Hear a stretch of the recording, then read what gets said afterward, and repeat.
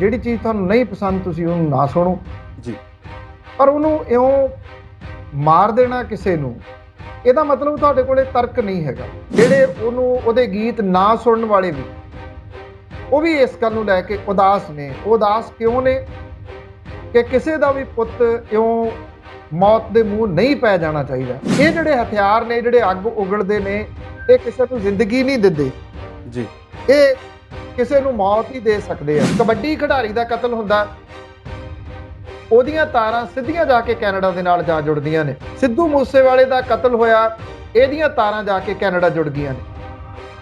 ਕੀ ਇਹ ਸਮਝ ਲਿਆ ਜਾਵੇ ਕਿ ਕੈਨੇਡਾ ਦੀ ਧਰਤੀ ਇਹੋ ਜਿਹੇ ਕ੍ਰਿਮੀਨਲ ਲੋਕਾਂ ਦੇ ਵਾਸਤੇ ਸਭ ਤੋਂ ਸੁਰੱਖਿਅਤ ਟਿਕਾਣਾ ਬਣ ਗਈ ਆ। ਜੇਲ੍ਹਾਂ ਦੇ ਵਿੱਚ ਜਿਹੜੇ ਸੁਰੱਖਿਅਤ ਬੈਠੇ ਨੇ ਉਹਨਾਂ ਦੇ ਉੱਥੇ ਫੋਨ ਦੇ ਰਾਹੀਂ ਉਹ ਸਾਰਾ ਕੁਝ ਚਲਾਉਂਦੇ ਆ ਆਪਣਾ ਨੈਟਵਰਕ, ਚਾਹੇ ਉਹ ਜਿਹੜਾ ਚਿੱਟੇ ਦਾ ਨੈਟਵਰਕ ਹੈ ਤੇ ਚਾਹੇ ਉਹ ਐਕਸਟੋਰਸ਼ਨ ਮਨੀ ਦਾ ਜਿਹੜਾ ਨੈਟਵਰਕ ਹੈ। ਜਿਹੜੇ ਇਹ ਅੱਜ ਭੱਜੇ ਫਿਰ ਰਹੇ ਨੇ ਨਾ, ਕੋਈ ਰਾਜਪਾਲ ਦੇ ਕੋਲੇ ਭੱਜ ਕੇ ਚਲੇ ਗਿਆ ਜੀ, ਕੁਝ ਕਿਤੇ ਪ੍ਰੈਸ ਕਾਨਫਰੰਸ ਕਰਨ ਲੱਗ ਗਿਆ, ਕਿਤੇ ਕੋਈ ਜਿੰਦਾਬਾਦ ਮੁਰਦਾਬਾਦ ਕਰਨਾ ਸ਼ੁਰੂ ਕਰ ਦਿੱਤਾ।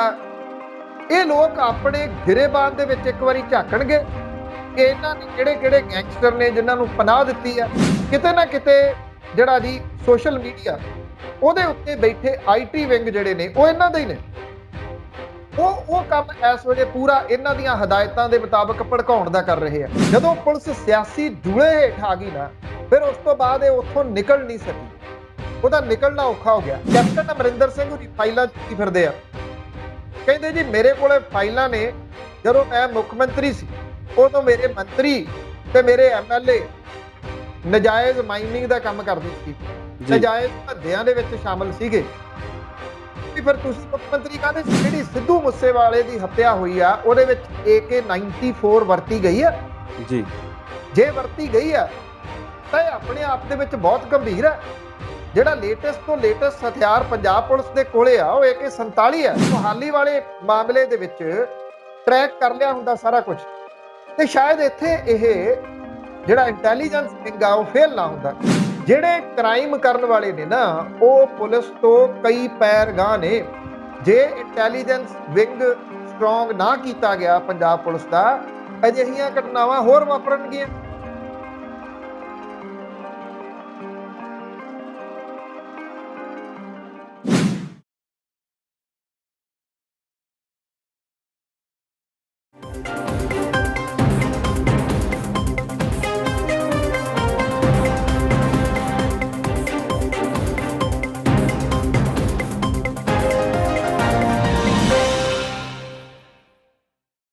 ਸਤਿ ਸ਼੍ਰੀ ਅਕਾਲ।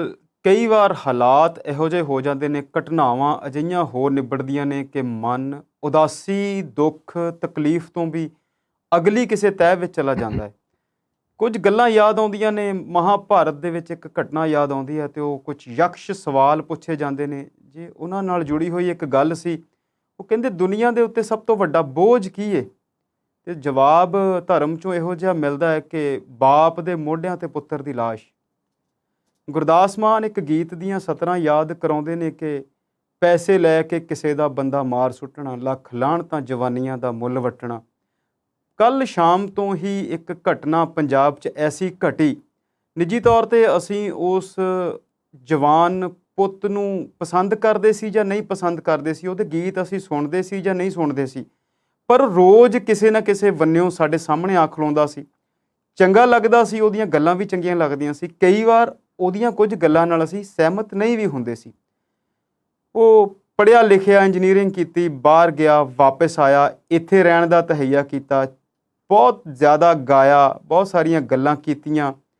ਕੁਝ ਸਾਨੂੰ ਪਸੰਦ ਸੀ, ਕੁਝ ਨਾ ਪਸੰਦ ਸੀ, ਪਰ ਕਿਸੇ ਦਾ ਵੀ ਇੰਜ ਤੁਰ ਜਾਣਾ ਜਿਹੜਾ ਆ ਉਹ ਇੰਨਾ ਕੁ ਦੁਖੀ ਕਰਦਾ ਹੈ ਕਿ ਜਿਸ ਨੂੰ ਦੱਸਿਆ ਨਹੀਂ ਜਾ ਸਕਦਾ। ਉਸ ਘਰ ਦੀਆਂ ਹਾਲਾਤ ਕਿਹੋ ਜਿਹੇ ਹੋਣਗੇ ਉਸ ਮਾਂ ਦਾ ਦਿਲ ਤੇ ਪੁੱਛਿਆ ਹੀ ਜਾਣਦਾ ਹੈ। ਗੱਲ ਕਰਨੀ ਵੀ ਬਣਦੀ ਹੈ, ਗੱਲ ਸਾਡੇ ਨਾਲ ਜੁੜੀ ਹੋਈ ਹੈ, ਪੰਜਾਬ ਨਾਲ ਜੁੜੀ ਹੋਈ ਹੈ। ਗੱਲ ਇਕੱਲੇ ਪੰਜਾਬ ਨਾਲ ਨਹੀਂ ਜੁੜੀ ਹੋਈ, ਸਿੰਗਰਾਂ ਨਾਲ ਜੁੜੀ ਹੋਈ ਹੈ, ਕਬੱਡੀ ਨਾਲ ਜੁੜੀ ਹੋਈ ਹੈ, ਗੈਂਗਸਟਰਾਂ ਨਾਲ ਜੁੜੀ ਹੋਈ ਹੈ ਤੇ ਪੰਜਾਬ ਦੇ ਪ੍ਰਵਾਸ ਨਾਲ ਵੀ ਇਹ ਗੱਲ ਜੁੜੀ ਹੋਈ ਹੈ। ਪ੍ਰੋਗਰਾਮ ਹੈ ਸੱਚੀਆਂ ਤੇ ਖਰੀਆਂ ਪੰਨੂ ਦੀਆਂ ਤੇ ਸਾਡੇ ਨਾਲ ਨੇ ਬਲਤੇਜ ਸਿੰਘ ਪੰਨੂ ਜੀ। ਪੰਨੂ ਸਾਹਿਬ ਸਵਾਗਤ ਤੇ ਕੀ ਕਰਨਾ, ਸਤਿ ਸ਼੍ਰੀ ਅਕਾਲ ਹੈ ਜੀ। ਤੇ ਇਸ ਘਟਨਾ ਦੀ ਜਿਹੜੀ ਗੱਲ ਕਿੱਥੋਂ ਤੁਸੀਂ ਸ਼ੁਰੂ ਕਰਨੀ ਆ ਤੇ ਕੀ ਤੁਸੀਂ ਇਸ ਘਟਨਾ ਬਾਰੇ ਦੱਸਦੇ ਆ? ਪੰਜਾਬ ਇਹਦੇ 'ਚ ਕਿੱਥੇ ਖੜੋਤਾ ਨਜ਼ਰ ਆਉਂਦਾ ਹੈ? ਕੈਨੇਡਾ ਇਹਦੇ 'ਚ ਕਿੱਥੇ ਆ? ਗੈਂਗਸਟਰ ਇਹਦੇ 'ਚ ਕਿੱਥੇ ਨੇ? ਤੁਸੀਂ ਕਰੋ ਜੀ ਸ਼ੁਰੂ ਹੁਣ। ਦੇਖੋ, ਇਹ ਤੁਹਾਡੀ ਗੱਲ ਬਿਲਕੁਲ ਠੀਕ ਹੈ ਕਿ ਅਸੀਂ ਉਹਦੇ ਗੀਤ ਪਸੰਦ ਨਹੀਂ ਕਰਦੇ। ਮੈਂ ਪਸੰਦ ਨਹੀਂ ਕਰਦਾ ਉਹਦੇ ਗੀਤ, ਪਰ ਮੈਂ ਉਹਦੇ ਗੀਤ ਸੁਣਦਾ ਨਹੀਂ। ਇਹੀ ਹੁੰਦਾ ਹੈ ਕਿ ਜਿਹੜੀ ਚੀਜ਼ ਤੁਹਾਨੂੰ ਨਹੀਂ ਪਸੰਦ ਤੁਸੀਂ ਉਹਨੂੰ ਨਾ ਸੁਣੋ, ਜੀ ਪਰ ਉਹਨੂੰ ਇਉਂ ਮਾਰ ਦੇਣਾ ਕਿਸੇ ਨੂੰ, ਇਹਦਾ ਮਤਲਬ ਤੁਹਾਡੇ ਕੋਲੇ ਤਰਕ ਨਹੀਂ ਹੈਗਾ, ਤੁਹਾਡੇ ਕੋਲੇ ਤਰਕ ਮੁੱਕ ਗਿਆ ਹੋਇਆ। ਜਦੋਂ ਕਿਸੇ ਕੋਲੇ ਤਰਕ ਮੁੱਕ ਜਾਂਦਾ, ਫਿਰ ਉਹ ਜਾਂ ਗਾਲਾਂ ਤੇ ਉਤਰ ਆਉਂਦਾ ਹੈ ਤੇ ਜਾਂ ਫਿਰ ਉਹ ਨੁਕਸਾਨ ਕਰਨ ਦੇ ਉੱਤੇ ਉਤਰ ਆਉਂਦਾ। ਜਿੰਨੀ ਦੇਰ ਤੱਕ ਤੁਹਾਡੇ ਕੋਲੇ ਤਰਕ ਜਿਉਂਦਾ, ਤੁਸੀਂ ਤਰਕ ਦੇ ਨਾਲ ਗੱਲ ਕਰਦੇ ਹੋ, ਤੁਸੀਂ ਗੱਲ ਕਰ ਸਕਦੇ ਹੋ। ਇਹ ਗੱਲ ਤੁਹਾਡੀ ਠੀਕ ਹੈ ਕਿ ਅੱਜ ਹਾਲਾਤ ਜਿਹੜੇ ਉਹ ਇਸ ਤਰ੍ਹਾਂ ਦੇ ਬਣੇ ਆ ਕਿ ਜਿਹੜੇ ਉਹਦੇ ਗੀਤ ਨਾ ਸੁਣਨ ਵਾਲੇ ਵੀ, ਉਹ ਵੀ ਇਸ ਗੱਲ ਨੂੰ ਲੈ ਕੇ ਉਦਾਸ ਨੇ। ਉਹ ਉਦਾਸ ਕਿਉਂ ਨੇ? ਕਿ ਕਿਸੇ ਦਾ ਵੀ ਪੁੱਤ ਇਉਂ ਮੌਤ ਦੇ ਮੂੰਹ ਨਹੀਂ ਪੈ ਜਾਣਾ ਚਾਹੀਦਾ। ਇਹ ਇਸੇ ਗੈਂਗਵਾਰ ਦੇ, ਇਸੇ ਹੀ ਬੰਦੂਕਾਂ ਦੇ ਕਲਚਰ ਦੇ ਅਸੀਂ ਵਿਰੋਧ ਦੇ ਵਿੱਚ ਹਮੇਸ਼ਾ ਬੋਲਦੇ ਰਹੇ ਹਾਂ ਜੀ ਕਿ ਇਹ ਕਲਚਰ ਜਿਹੜਾ ਆ ਇਹ ਪੰਜਾਬੀਆਂ ਨੂੰ ਲੈ ਕੇ ਬਹਿ ਰਿਹਾ, ਇਹ ਪੰਜਾਬੀਆਂ ਨੂੰ ਲੈ ਕੇ ਬਹਿ ਜਾਊਗਾ। ਜਦੋਂ ਇਹ ਕਿਹਾ ਜਾਂਦਾ ਕਿ ਹਥਿਆਰ ਰੱਖ ਲਓ, ਸਾਰੇ ਜਾਣੇ ਆਧੁਨਿਕ ਹਥਿਆਰ ਰੱਖੋ, ਅਜੇ ਪਿਛਲੇ ਹਫ਼ਤੇ ਦੀ ਗੱਲ ਹੈ ਨਾ ਜੀ, ਉਦੋਂ ਵੀ ਮੈਂ ਬਹੁਤ ਇਸ ਮਾਮਲੇ ਦੇ ਉੱਤੇ ਵਿਸਥਾਰ ਦੇ ਵਿੱਚ ਬੋਲਿਆ ਸੀ ਕਿ ਹਥਿਆਰ ਜਿਹੜੇ ਨੇ ਉਹ ਕਿਹੜੇ ਹੋਣ, ਉਹ ਕਿਤਾਬਾਂ ਦੇ ਨੌਲੇਜ ਦੇ ਹਥਿਆਰ ਹੋਣ। ਇਹ ਜਿਹੜੇ ਹਥਿਆਰ ਨੇ, ਜਿਹੜੇ ਅੱਗ ਉਗਲਦੇ ਨੇ, ਇਹ ਕਿਸੇ ਨੂੰ ਜ਼ਿੰਦਗੀ ਨਹੀਂ ਦਿੰਦੇ ਜੀ, ਇਹ ਕਿਸੇ ਨੂੰ ਮੌਤ ਹੀ ਦੇ ਸਕਦੇ ਆ, ਇਹਦੇ ਤੋਂ ਵੱਧ ਨਹੀਂ ਹੋਰ ਕੁਝ ਦੇ ਸਕਦੇ। ਸਿੱਧੂ ਮੂਸੇਵਾਲੇ ਦਾ ਕਤਲ ਇੱਕ ਵਾਰੀ ਫੇਰ ਜਿਹੜਾ ਗੈਂਗਸਟਰਵਾਦ ਹੈ ਉਹਦੇ, ਤੁਸੀਂ ਇਹ ਕਹਿ ਲਓ ਕਿ ਉਹਦੀ ਗੰਭੀਰਤਾ ਦੇ ਵਾਸਤੇ ਸਾਨੂੰ ਸੋਚਣ ਲਈ ਫੇਰ ਮਜਬੂਰ ਕਰ ਗਿਆ। ਔਰ ਜਿਹੜੀ ਮੈਂ ਇਹਦੇ ਵਿੱਚ ਇੱਕ ਦੂਸਰੀ ਗੱਲ ਜਿਹੜੀ ਦੇਖਦਾ ਉਹ ਇਹ ਆ, ਅੱਜ ਸੋਚ ਕੇ ਦੇਖੋ, ਜੇ ਕੈਨੇਡਾ ਵਰਗੇ ਮੁਲਕ ਨੇ ਸਾਡੇ ਬੱਚਿਆਂ ਲਈ ਬੂਹੇ ਨਾ ਖੋਲੇ ਹੁੰਦੇ ਤੇ ਇੱਥੇ ਹਾਲਾਤ ਕੀ ਬਣਦੇ। ਜੀ, ਜਿੰਨੇ ਲੋਕ ਪੰਜਾਬ 'ਚ ਰਹਿੰਦੇ ਆ, ਇੰਨੇ ਲੋਕ ਸਾਡੇ ਬਾਹਰਲੇ ਮੁਲਕਾਂ ਦੇ ਵਿੱਚ ਵੀ ਰਹਿੰਦੇ ਆ। ਕੈਨੇਡਾ ਹੋ ਗਿਆ, ਅਮਰੀਕਾ ਹੋ ਗਿਆ, ਇੰਗਲੈਂਡ, ਆਸਟ੍ਰੇਲੀਆ ਹੋ ਗਿਆ। ਉਹਨਾਂ ਮੁਲਕਾਂ ਨੇ ਆਪਣੀ ਬੁੱਕਲ ਦੇ ਵਿੱਚ ਬਿਠਾਇਆ ਇਹਨਾਂ ਬੱਚਿਆਂ ਨੂੰ। ਸਾਡੇ ਕੁਝ ਲੋਕ ਉਹ ਉਹਨਾਂ ਮੁਲਕਾਂ ਦੇ ਵਿੱਚ ਵੀ ਉਹੀ ਗੰਦ ਪਾਉਣ ਲੱਗ ਗਏ ਜਾ ਕੇ, ਜੋ ਇੱਥੇ ਗੰਦ ਪਾਉਂਦੇ ਸੀ ਜਾਂ ਇੱਥੋਂ ਗੰਦ ਪਾਉਂਦੇ ਗਏ। ਜੇ ਇੱਕ ਕਬੱਡੀ ਖਿਡਾਰੀ ਦਾ ਕਤਲ ਹੁੰਦਾ, ਉਹਦੀਆਂ ਤਾਰਾਂ ਸਿੱਧੀਆਂ ਜਾ ਕੇ ਕੈਨੇਡਾ ਦੇ ਨਾਲ ਜਾ ਜੁੜਦੀਆਂ ਨੇ। ਜੀ, ਪੁਲਿਸ ਦੇ ਇੰਟੈਲੀਜੈਂਸ ਦੇ ਦਫ਼ਤਰ ਦੇ ਉੱਤੇ ਹਮਲਾ ਹੁੰਦਾ, ਉਹਦੀਆਂ ਤਾਰਾਂ ਜਾ ਕੇ ਕੈਨੇਡਾ ਜੁੜ ਜਾਂਦੀਆਂ ਨੇ। ਸਿੱਧੂ ਮੂਸੇਵਾਲੇ ਦਾ ਕਤਲ ਹੋਇਆ, ਇਹਦੀਆਂ ਤਾਰਾਂ ਜਾ ਕੇ ਕੈਨੇਡਾ ਜੁੜ ਗਈਆਂ ਨੇ। ਕੀ ਇਹ ਸਮਝ ਲਿਆ ਜਾਵੇ ਕਿ ਕੈਨੇਡਾ ਦੀ ਧਰਤੀ ਇਹੋ ਜਿਹੇ ਕ੍ਰਿਮੀਨਲ ਲੋਕਾਂ ਦੇ ਵਾਸਤੇ ਸਭ ਤੋਂ ਸੁਰੱਖਿਅਤ ਟਿਕਾਣਾ ਬਣ ਗਈ ਹੈ ਕਿ ਉੱਥੇ ਇਹਨਾਂ ਨੂੰ ਕੁਝ ਨਹੀਂ ਹੋਣ ਲੱਗਿਆ। ਜੀ, ਉੱਥੇ ਇਹ ਆਪਣੇ ਆਪ ਨੂੰ ਸੁਰੱਖਿਅਤ ਮਹਿਸੂਸ ਕਰਦੇ ਨੇ। ਇਹ ਗੱਲ ਪਿਛਲੇ ਲੰਬੇ ਸਮੇਂ ਤੋਂ ਚੱਲਦੀ ਰਹੀ ਆ ਕਿ ਜਿਹੜੇ ਸਿੰਗਰਸ ਨੇ ਉਹ ਮੰਨਣ ਜਾਂ ਨਾ ਮੰਨਣ, ਉਹਨਾਂ ਨੂੰ ਐਕਸਟੋਰਸ਼ਨ ਮਨੀ ਦੇਣੀ ਪੈਂਦੀ ਆ, ਜੀ, ਫਰੌਤੀ ਦੇਣੀ ਪੈਂਦੀ ਆ ਗੈਂਗਸਟਰਾਂ ਨੂੰ। ਗੈਂਗਸਟਰ ਫਰੌਤੀ ਵਸੂਲਦੇ ਆ। ਜਦੋਂ ਇੱਥੇ ਪ੍ਰਵੀਸ਼ ਵਰਮਾ ਤੇ ਹਮਲਾ ਹੋਇਆ ਸੀਗਾ, ਗੱਲ ਉਦੋਂ ਵੀ ਉਭਰੀ ਸੀ। ਇੱਕ ਵਾਰੀ ਕੁਝ ਕੰਪਨੀ ਦੇ ਮਾਲਕ ਸਨ, ਉਹਨਾਂ ਨੂੰ ਇੱਥੇ ਬੰਦੀ ਬਣਾ ਲਿਆ ਗਿਆ ਸੀ ਚੰਡੀਗੜ੍ਹ ਦੇ ਵਿੱਚ, ਕੈਨੇਡਾ ਤੋਂ ਸਨ ਉਹ ਵੀ, ਕੁਝ ਸਾਲ ਪੁਰਾਣੀ ਗੱਲ ਹੈ। ਗੱਲ ਉਦੋਂ ਵੀ ਉਭਰੀ ਸੀ। ਗੱਲ ਉੱਭਰਦੀ ਆ, ਫਿਰ ਉੱਥੇ ਖਤਮ ਹੋ ਜਾਂਦੀ ਆ। ਪੰਜਾਬ ਦੀਆਂ ਜੇਲ੍ਹਾਂ ਇਹਨਾਂ ਲਈ ਸੁਰੱਖਿਅਤ ਜਗ੍ਹਾ ਬਣੀਆਂ ਨੇ। ਪੰਜਾਬ ਦੀਆਂ ਜੇਲ੍ਹਾਂ ਦੇ ਵਿੱਚੋਂ ਇਹਨਾਂ ਦੇ ਫੋਨ ਕੰਟਰੋਲ ਨਹੀਂ ਹੋ ਰਹੇ। ਵਿਦੇਸ਼ਾਂ ਦੇ ਵਿੱਚ ਬੈਠ ਕੇ, ਕਿਉਂਕਿ ਐਪ ਆ ਗਏ ਇੰਨੇ, ਉਹਨਾਂ ਦੇ ਰਾਹੀਂ ਫੋਨ ਕਰਕੇ ਧਮਕਾਉਣਾ, ਪੈਸੇ ਇਕੱਠੇ ਕਰਨੇ। ਇੱਥੇ ਇਹਨਾਂ ਦੇ ਅੱਗੇ ਜਿਹੜੇ ਭਾੜੇ ਤੇ ਰੱਖੇ ਹੋਏ ਲੋਕ ਨੇ ਉਹ ਪੈਸਾ ਇਕੱਠਾ ਕਰਦੇ ਆ। ਜਿਹੜਾ ਪੈਸਾ ਨਹੀਂ ਦਿੰਦਾ ਉਹਨੂੰ ਮਾਰ ਦਿੱਤਾ ਜਾਂਦਾ। ਇਹ ਸਿੱਧਮ ਸਿੱਧਾ ਜਾ ਕੇ ਹੋ ਗਿਆ ਵੀ ਜਾਂ ਤਾਂ ਇਹਨਾਂ ਦੇ ਤਰੀਕੇ ਨਾਲ ਚੱਲੋ ਜਾਂ ਫਿਰ ਤੁਸੀਂ ਚੁੱਪ ਕਰ ਜਾਓ। ਜੇ ਚੁੱਪ ਕਰਦੇ ਹੋ ਤੇ ਫਿਰ ਸਮੱਸਿਆ ਇਹ ਆ ਕਿ ਫਿਰ ਸਾਰੇ ਹੀ ਚੁੱਪ ਕਰ ਜਾਣਗੇ, ਫਿਰ ਰਾਜ ਇਹਨਾਂ ਦਾ ਹੋ ਜਾਊਗਾ। ਔਰ ਇਹ ਵੀ ਉਸੇ ਤਰੀਕੇ ਦਾ ਇੱਕ ਕੀਤਾ ਗਿਆ ਕਤਲ ਹੈ। ਇਹ ਘਿਨਾਉਣਾ ਕਤਲ ਹੈ। ਜੀ ਇਹਦੇ ਵਿੱਚ ਕੋਈ ਸ਼ੱਕ ਨਹੀਂ। ਪਰ ਤੁਸੀਂ ਇਹ ਦੇਖਣਾ, ਇਹਦਾ ਬੇਸ਼ੱਕ ਉਹ ਕਬੱਡੀ ਵਾਲੇ ਦਾ ਹੋਵੇ ਤੇ ਚਾਹੇ ਜਿਹੜਾ ਇੱਥੇ ਇੰਟੈਲੀਜੈਂਸ ਦੇ ਦਫ਼ਤਰ ਤੇ ਹਮਲਾ ਹੋਇਆ ਹੋਵੇ ਤੇ ਚਾਹੇ ਸਿੱਧੂ ਮੂਸੇਵਾਲੇ ਦਾ ਹੋਵੇ, ਕਿਉਂਕਿ ਸਿੱਧੂ ਮੂਸੇਵਾਲਾ ਕੈਨੇਡਾ ਵੀ ਰਹਿ ਕੇ ਆਇਆ ਕਈ ਸਾਲ। ਜੀ ਹੁਣ ਉੱਥੇ ਕੈਨੇਡਾ ਦੀ ਸਰਕਾਰ ਦੇ ਉੱਤੇ ਇਹਦਾ ਅਸਰ ਪਊਗਾ, ਔਰ ਪੈਣਾ ਚਾਹੀਦਾ। ਬਲਕਿ ਜਿਹੜੇ ਅੱਜ ਲੋਕ ਸਿਆਸਤ ਕਰ ਰਹੇ ਆ, ਆਪਾਂ ਅੱਗੇ ਚੱਲ ਕੇ ਉਹਨਾਂ ਦੀ ਗੱਲ ਵੀ ਕਰਦੇ ਆ, ਜੀ ਉਹ ਇਹ ਗੱਲ ਕਿਉਂ ਨਹੀਂ ਕਹਿ ਰਹੇ ਕਿ ਜਿਹੜੀ ਕੇਂਦਰ ਦੀ ਸਰਕਾਰ ਹੈ ਉਹ ਉਹਨਾਂ ਕੈਨੇਡਾ ਦੀ ਸਰਕਾਰ ਦੇ ਨਾਲ ਗੱਲ ਕਰੇ। ਜਿਹੜੇ ਇੱਥੇ ਕੈਨੇਡੀਅਨ ਹਾਈ ਕਮਿਸ਼ਨ ਨੇ ਉਹ ਸੱਦੇ ਹੋਣੇ ਚਾਹੀਦੇ ਸੀਗੇ ਦਿੱਲੀ ਦੇ ਵਿੱਚ, ਜੀ ਕਿ ਉੱਥੇ ਬਹਿ ਕੇ ਇਸ ਕਿਸਮ ਦਾ ਆਪਰੇਟ ਕਰ ਰਹੇ ਆ ਇਹ ਲੋਕ। ਤੁਸੀਂ ਅਜੇ ਤੱਕ ਉਹਨਾਂ ਨੂੰ ਸੱਦਿਆ ਕਿਉਂ ਨਹੀਂ? ਤੁਸੀਂ ਉਹ ਭਾਰਤ ਦੀ ਸਰਕਾਰ ਦੇ ਹਵਾਲੇ ਕਿਉਂ ਨਹੀਂ ਕਰਦੇ? ਜਦੋਂ ਭੋਲਾ ਡਰੱਗ ਰੈਕਟ ਇੱਥੇ ਸਾਹਮਣੇ ਆਇਆ ਸੀ, 10 ਜਾਣੇ ਨੇ ਜਿਹੜੇ ਕੈਨੇਡਾ ਤੋਂ ਨੇ, ਜਿਹੜੇ ਮੋਸਟ ਵਾਂਟਡ ਨੇ, ਜੀ ਇੰਟਰਨੈਸ਼ਨਲ ਵਾਰੰਟ ਉਹਨਾਂ ਦੇ ਜਾਰੀ ਹੋ ਚੁੱਕੇ ਹੋਏ ਨੇ। ਉਹ ਫਾਈਲਾਂ ਦੇ ਉੱਤੇ ਧੂੜ ਜੰਮ ਗਈ ਹੈ। ਮੁੜ ਕੇ ਕਿਸੇ ਨੇ ਅੱਗੇ ਗੱਲ ਗਾਂ ਤੋਰੀ ਨਹੀਂ। ਕੈਨੇਡਾ ਤੋਂ ਉਹ 5-7 10 ਫੜ ਕੇ ਲਿਆਂਦੇ ਹੁੰਦੇ ਇੱਥੇ ਡੱਕੇ ਹੁੰਦੇ ਤੇ ਅੱਜ ਇਹ ਕਹਾਣੀ ਨਾ ਚੱਲਦੀ। ਜਿਹੜਾ ਕਬੱਡੀ ਖਿਡਾਰੀ ਦਾ ਕਤਲ ਹੋਇਆ, ਉਸ ਮਾਮਲੇ ਦੇ ਵਿੱਚ ਇੱਥੇ ਧਰਲੇ ਗਏ, ਪਰ ਜਿਨ੍ਹਾਂ ਨੇ ਪੈਸੇ ਦੇ ਕੇ ਕਤਲ ਕਰਾਇਆ ਬਰੈਂਪਟਨ ਰਹਿੰਦੇ ਹਨ, ਉਹਨਾਂ ਦੇ ਉੱਤੇ ਕੀ ਕੀਤਾ? ਕੈਨੇਡਾ ਦੀ ਸਰਕਾਰ ਨੇ ਉਹਨਾਂ ਦੇ ਉੱਤੇ ਕੀ ਕੀਤਾ? ਜੀ ਜਿਹੜਾ ਇੱਕ ਲੰਡਾ, ਜਿਹੜਾ ਇੱਥੇ ਇੰਟੈਲੀਜੈਂਸ ਦੇ ਉੱਤੇ ਦਫ਼ਤਰ ਤੇ ਹਮਲਾ ਹੋ ਗਿਆ, ਇੱਥੇ ਫੜੇ ਗਏ, ਧਰੇ ਗਏ ਬਹੁਤ ਸਾਰੇ, ਕੈਨੇਡਾ ਦੀ ਸਰਕਾਰ ਦਾ ਉੱਥੇ ਇੱਕ ਸਿੰਗਲ ਬਿਆਨ ਤੱਕ ਨਾ ਆਉਣਾ।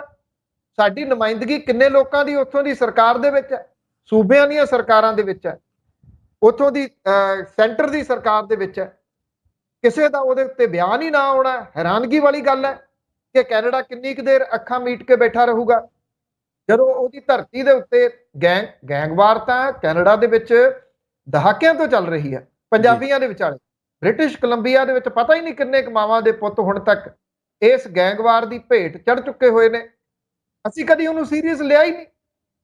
ਅਸੀਂ ਕਦੀ ਚਿੱਟੇ ਨੂੰ ਸੀਰੀਅਸਲੀ ਨਹੀਂ ਲਿਆ, ਜੀ ਅਸੀਂ ਕਦੀ ਗੈਂਗਵਾਰ ਨੂੰ ਸੀਰੀਅਸਲੀ ਨਹੀਂ ਲਿਆ। ਜਦੋਂ ਜਿਹੜੀਆਂ ਗੱਲਾਂ ਇਹ ਕਰਦੇ ਸੀਗੇ ਜਾਂ ਜੋ ਕੁਝ ਜਦੋਂ ਇਹ ਵਾਪਰਦਾ ਰਿਹਾ, ਜਿਹੜੇ ਲੋਕ ਬੋਲਦੇ ਇਹ ਉਲਟਾ ਉਹਨਾਂ ਦੇ ਲੋਕਾਂ ਦੇ ਵਿਰੋਧ ਦੇ ਵਿੱਚ ਬੋਲਣਾ ਸ਼ੁਰੂ ਕਰ ਦਿੰਦੇ ਨੇ ਜੀ ਕਿ ਇਹ ਬੋਲ ਕਿਉਂ ਰਿਹਾ, ਇਹ ਕਹਿ ਕਿਉਂ ਰਿਹਾ। ਲਗਭਗ 14 ਸਾਲ ਤੋਂ 13-14 ਸਾਲ ਤੋਂ ਮੈਂ ਲਗਾਤਾਰ ਬੋਲਿਆ ਜੀ, ਪਿੰਡਾਂ ਦੇ ਵਿੱਚ ਜਾ ਕੇ ਉੱਥੋਂ ਦੀ ਅਸਲੀਅਤ ਦਿਖਾਈ। ਉਹ ਆ ਹਾਲਾਤ ਬਣ ਗਏ ਤੁਹਾਡੇ, ਜੀ ਹਵੇਲੀਆਂ ਖਾਲੀ ਹੋ ਗਈਆਂ, ਬਜ਼ੁਰਗ ਫਿਰਦੇ ਨੇ ਉੱਥੇ, ਮੁੰਡਾ ਕੋਈ ਨਹੀਂ ਰਿਹਾ, ਸਾਰੇ ਦੇ ਸਾਰੇ ਚਿੱਟੇ ਦੇ ਰਾਹ ਪੈ ਕੇ ਸਿਵਿਆਂ ਦੇ ਵਿੱਚ ਜਾ ਕੇ ਤਬਾਹ ਹੋ ਗਏ। ਲੋਕ ਕਹਿੰਦੇ ਐਵੇਂ ਬੋਲੀ ਜਾਂਦਾ, ਉਲਟੇ ਜਿਹੜੇ ਸੀ ਉਹ ਕੇਸ ਝੱਲਣੇ ਪੈ ਗਏ ਇਹਦੀ ਵਜ੍ਹਾ ਕਰਕੇ। ਜੀ ਜੇ ਗੈਂਗਵਾਰ ਦੇ ਬਾਰੇ ਦੇ ਵਿੱਚ ਬੋਲਿਆ ਤੇ ਇਹ ਕਹਿੰਦੇ ਵੀ ਤੇ ਹਥਿਆਰ ਰੱਖਣੇ ਤਾਂ ਜਿਹੜਾ ਉਹ ਸਾਡਾ ਧਰਮ ਹੈ, ਅਸੀਂ ਤਾਂ ਹਥਿਆਰ ਰੱਖਾਂਗੇ। ਤੇ ਫਿਰ ਜਿਹੜੇ ਗੈਂਗਸਟਰ ਜਿਹੜੇ ਮਾਰ ਗਏ ਹਥਿਆਰ ਉਹਨਾਂ ਨੇ ਵੀ ਰੱਖੇ ਸੀ। ਜੀ ਹਥਿਆਰ ਕਦੀ ਕਿਸੇ ਦਾ ਭਲਾ ਨਹੀਂ ਕਰ ਸਕਦੇ, ਇਹ ਸੈਲਫ ਪ੍ਰੋਟੈਕਸ਼ਨ ਵਾਸਤੇ ਹੁੰਦੇ ਹੀ ਨਹੀਂ। ਸੈਲਫ ਪ੍ਰੋਟੈਕਸ਼ਨ ਹਥਿਆਰਾਂ ਦੇ ਨਾਲ ਹੋ ਹੀ ਨਹੀਂ ਸਕਦੀ, ਕਿਉਂਕਿ ਜਿਹੜੀ ਅੱਖ ਤੁਹਾਨੂੰ ਵਾਚ ਕਰ ਰਹੀ ਹੈ, ਤੁਹਾਨੂੰ ਨਹੀਂ ਪਤਾ ਉਹਦਾ ਕਿਹੜੀ ਅੱਖ ਤੁਹਾਨੂੰ ਵਾਚ ਕਰ ਰਹੀ ਹੈ, ਉਹਨੇ ਕੱਢਣ ਨਹੀਂ ਦੇਣੇ। ਬਿਲਕੁਲ। ਸਿੱਧੂ ਮੂਸੇਵਾਲਾ ਵੀ ਆਪਣੇ ਜਿਹੜਾ ਉਹ ਪਿਸਟਲ ਪਾ ਕੇ ਰੱਖਦਾ ਸੀ, ਉਹਨੂੰ ਧਮਕੀਆਂ ਆਉਂਦੀਆਂ ਸੀ, ਇਹ ਕਿਹਾ ਜਾਂਦਾ ਉਹਨੂੰ ਧਮਕੀਆਂ ਆਉਂਦੀਆਂ ਸੀ। ਪਰ ਜੀ ਸਭ ਤੋਂ ਗੰਭੀਰ ਗੱਲ ਇਹਦੇ ਵਿੱਚ ਇਹ ਹੈ ਕਿ ਜਿਹੜਾ ਬਿੱਟੂ ਮਿੱਡੂ ਖੇੜੇ ਦਾ ਕਤਲ ਹੋਇਆ, ਉਹਦੇ ਵਿੱਚ ਇਹਦਾ ਮੈਨੇਜਰ, ਉਹਦੀ ਸ਼ਮੂਲੀਅਤ ਦੱਸੀ ਜਾਂਦੀ ਹੈ, ਉਹ ਆਸਟ੍ਰੇਲੀਆ ਭੱਜ ਗਿਆ।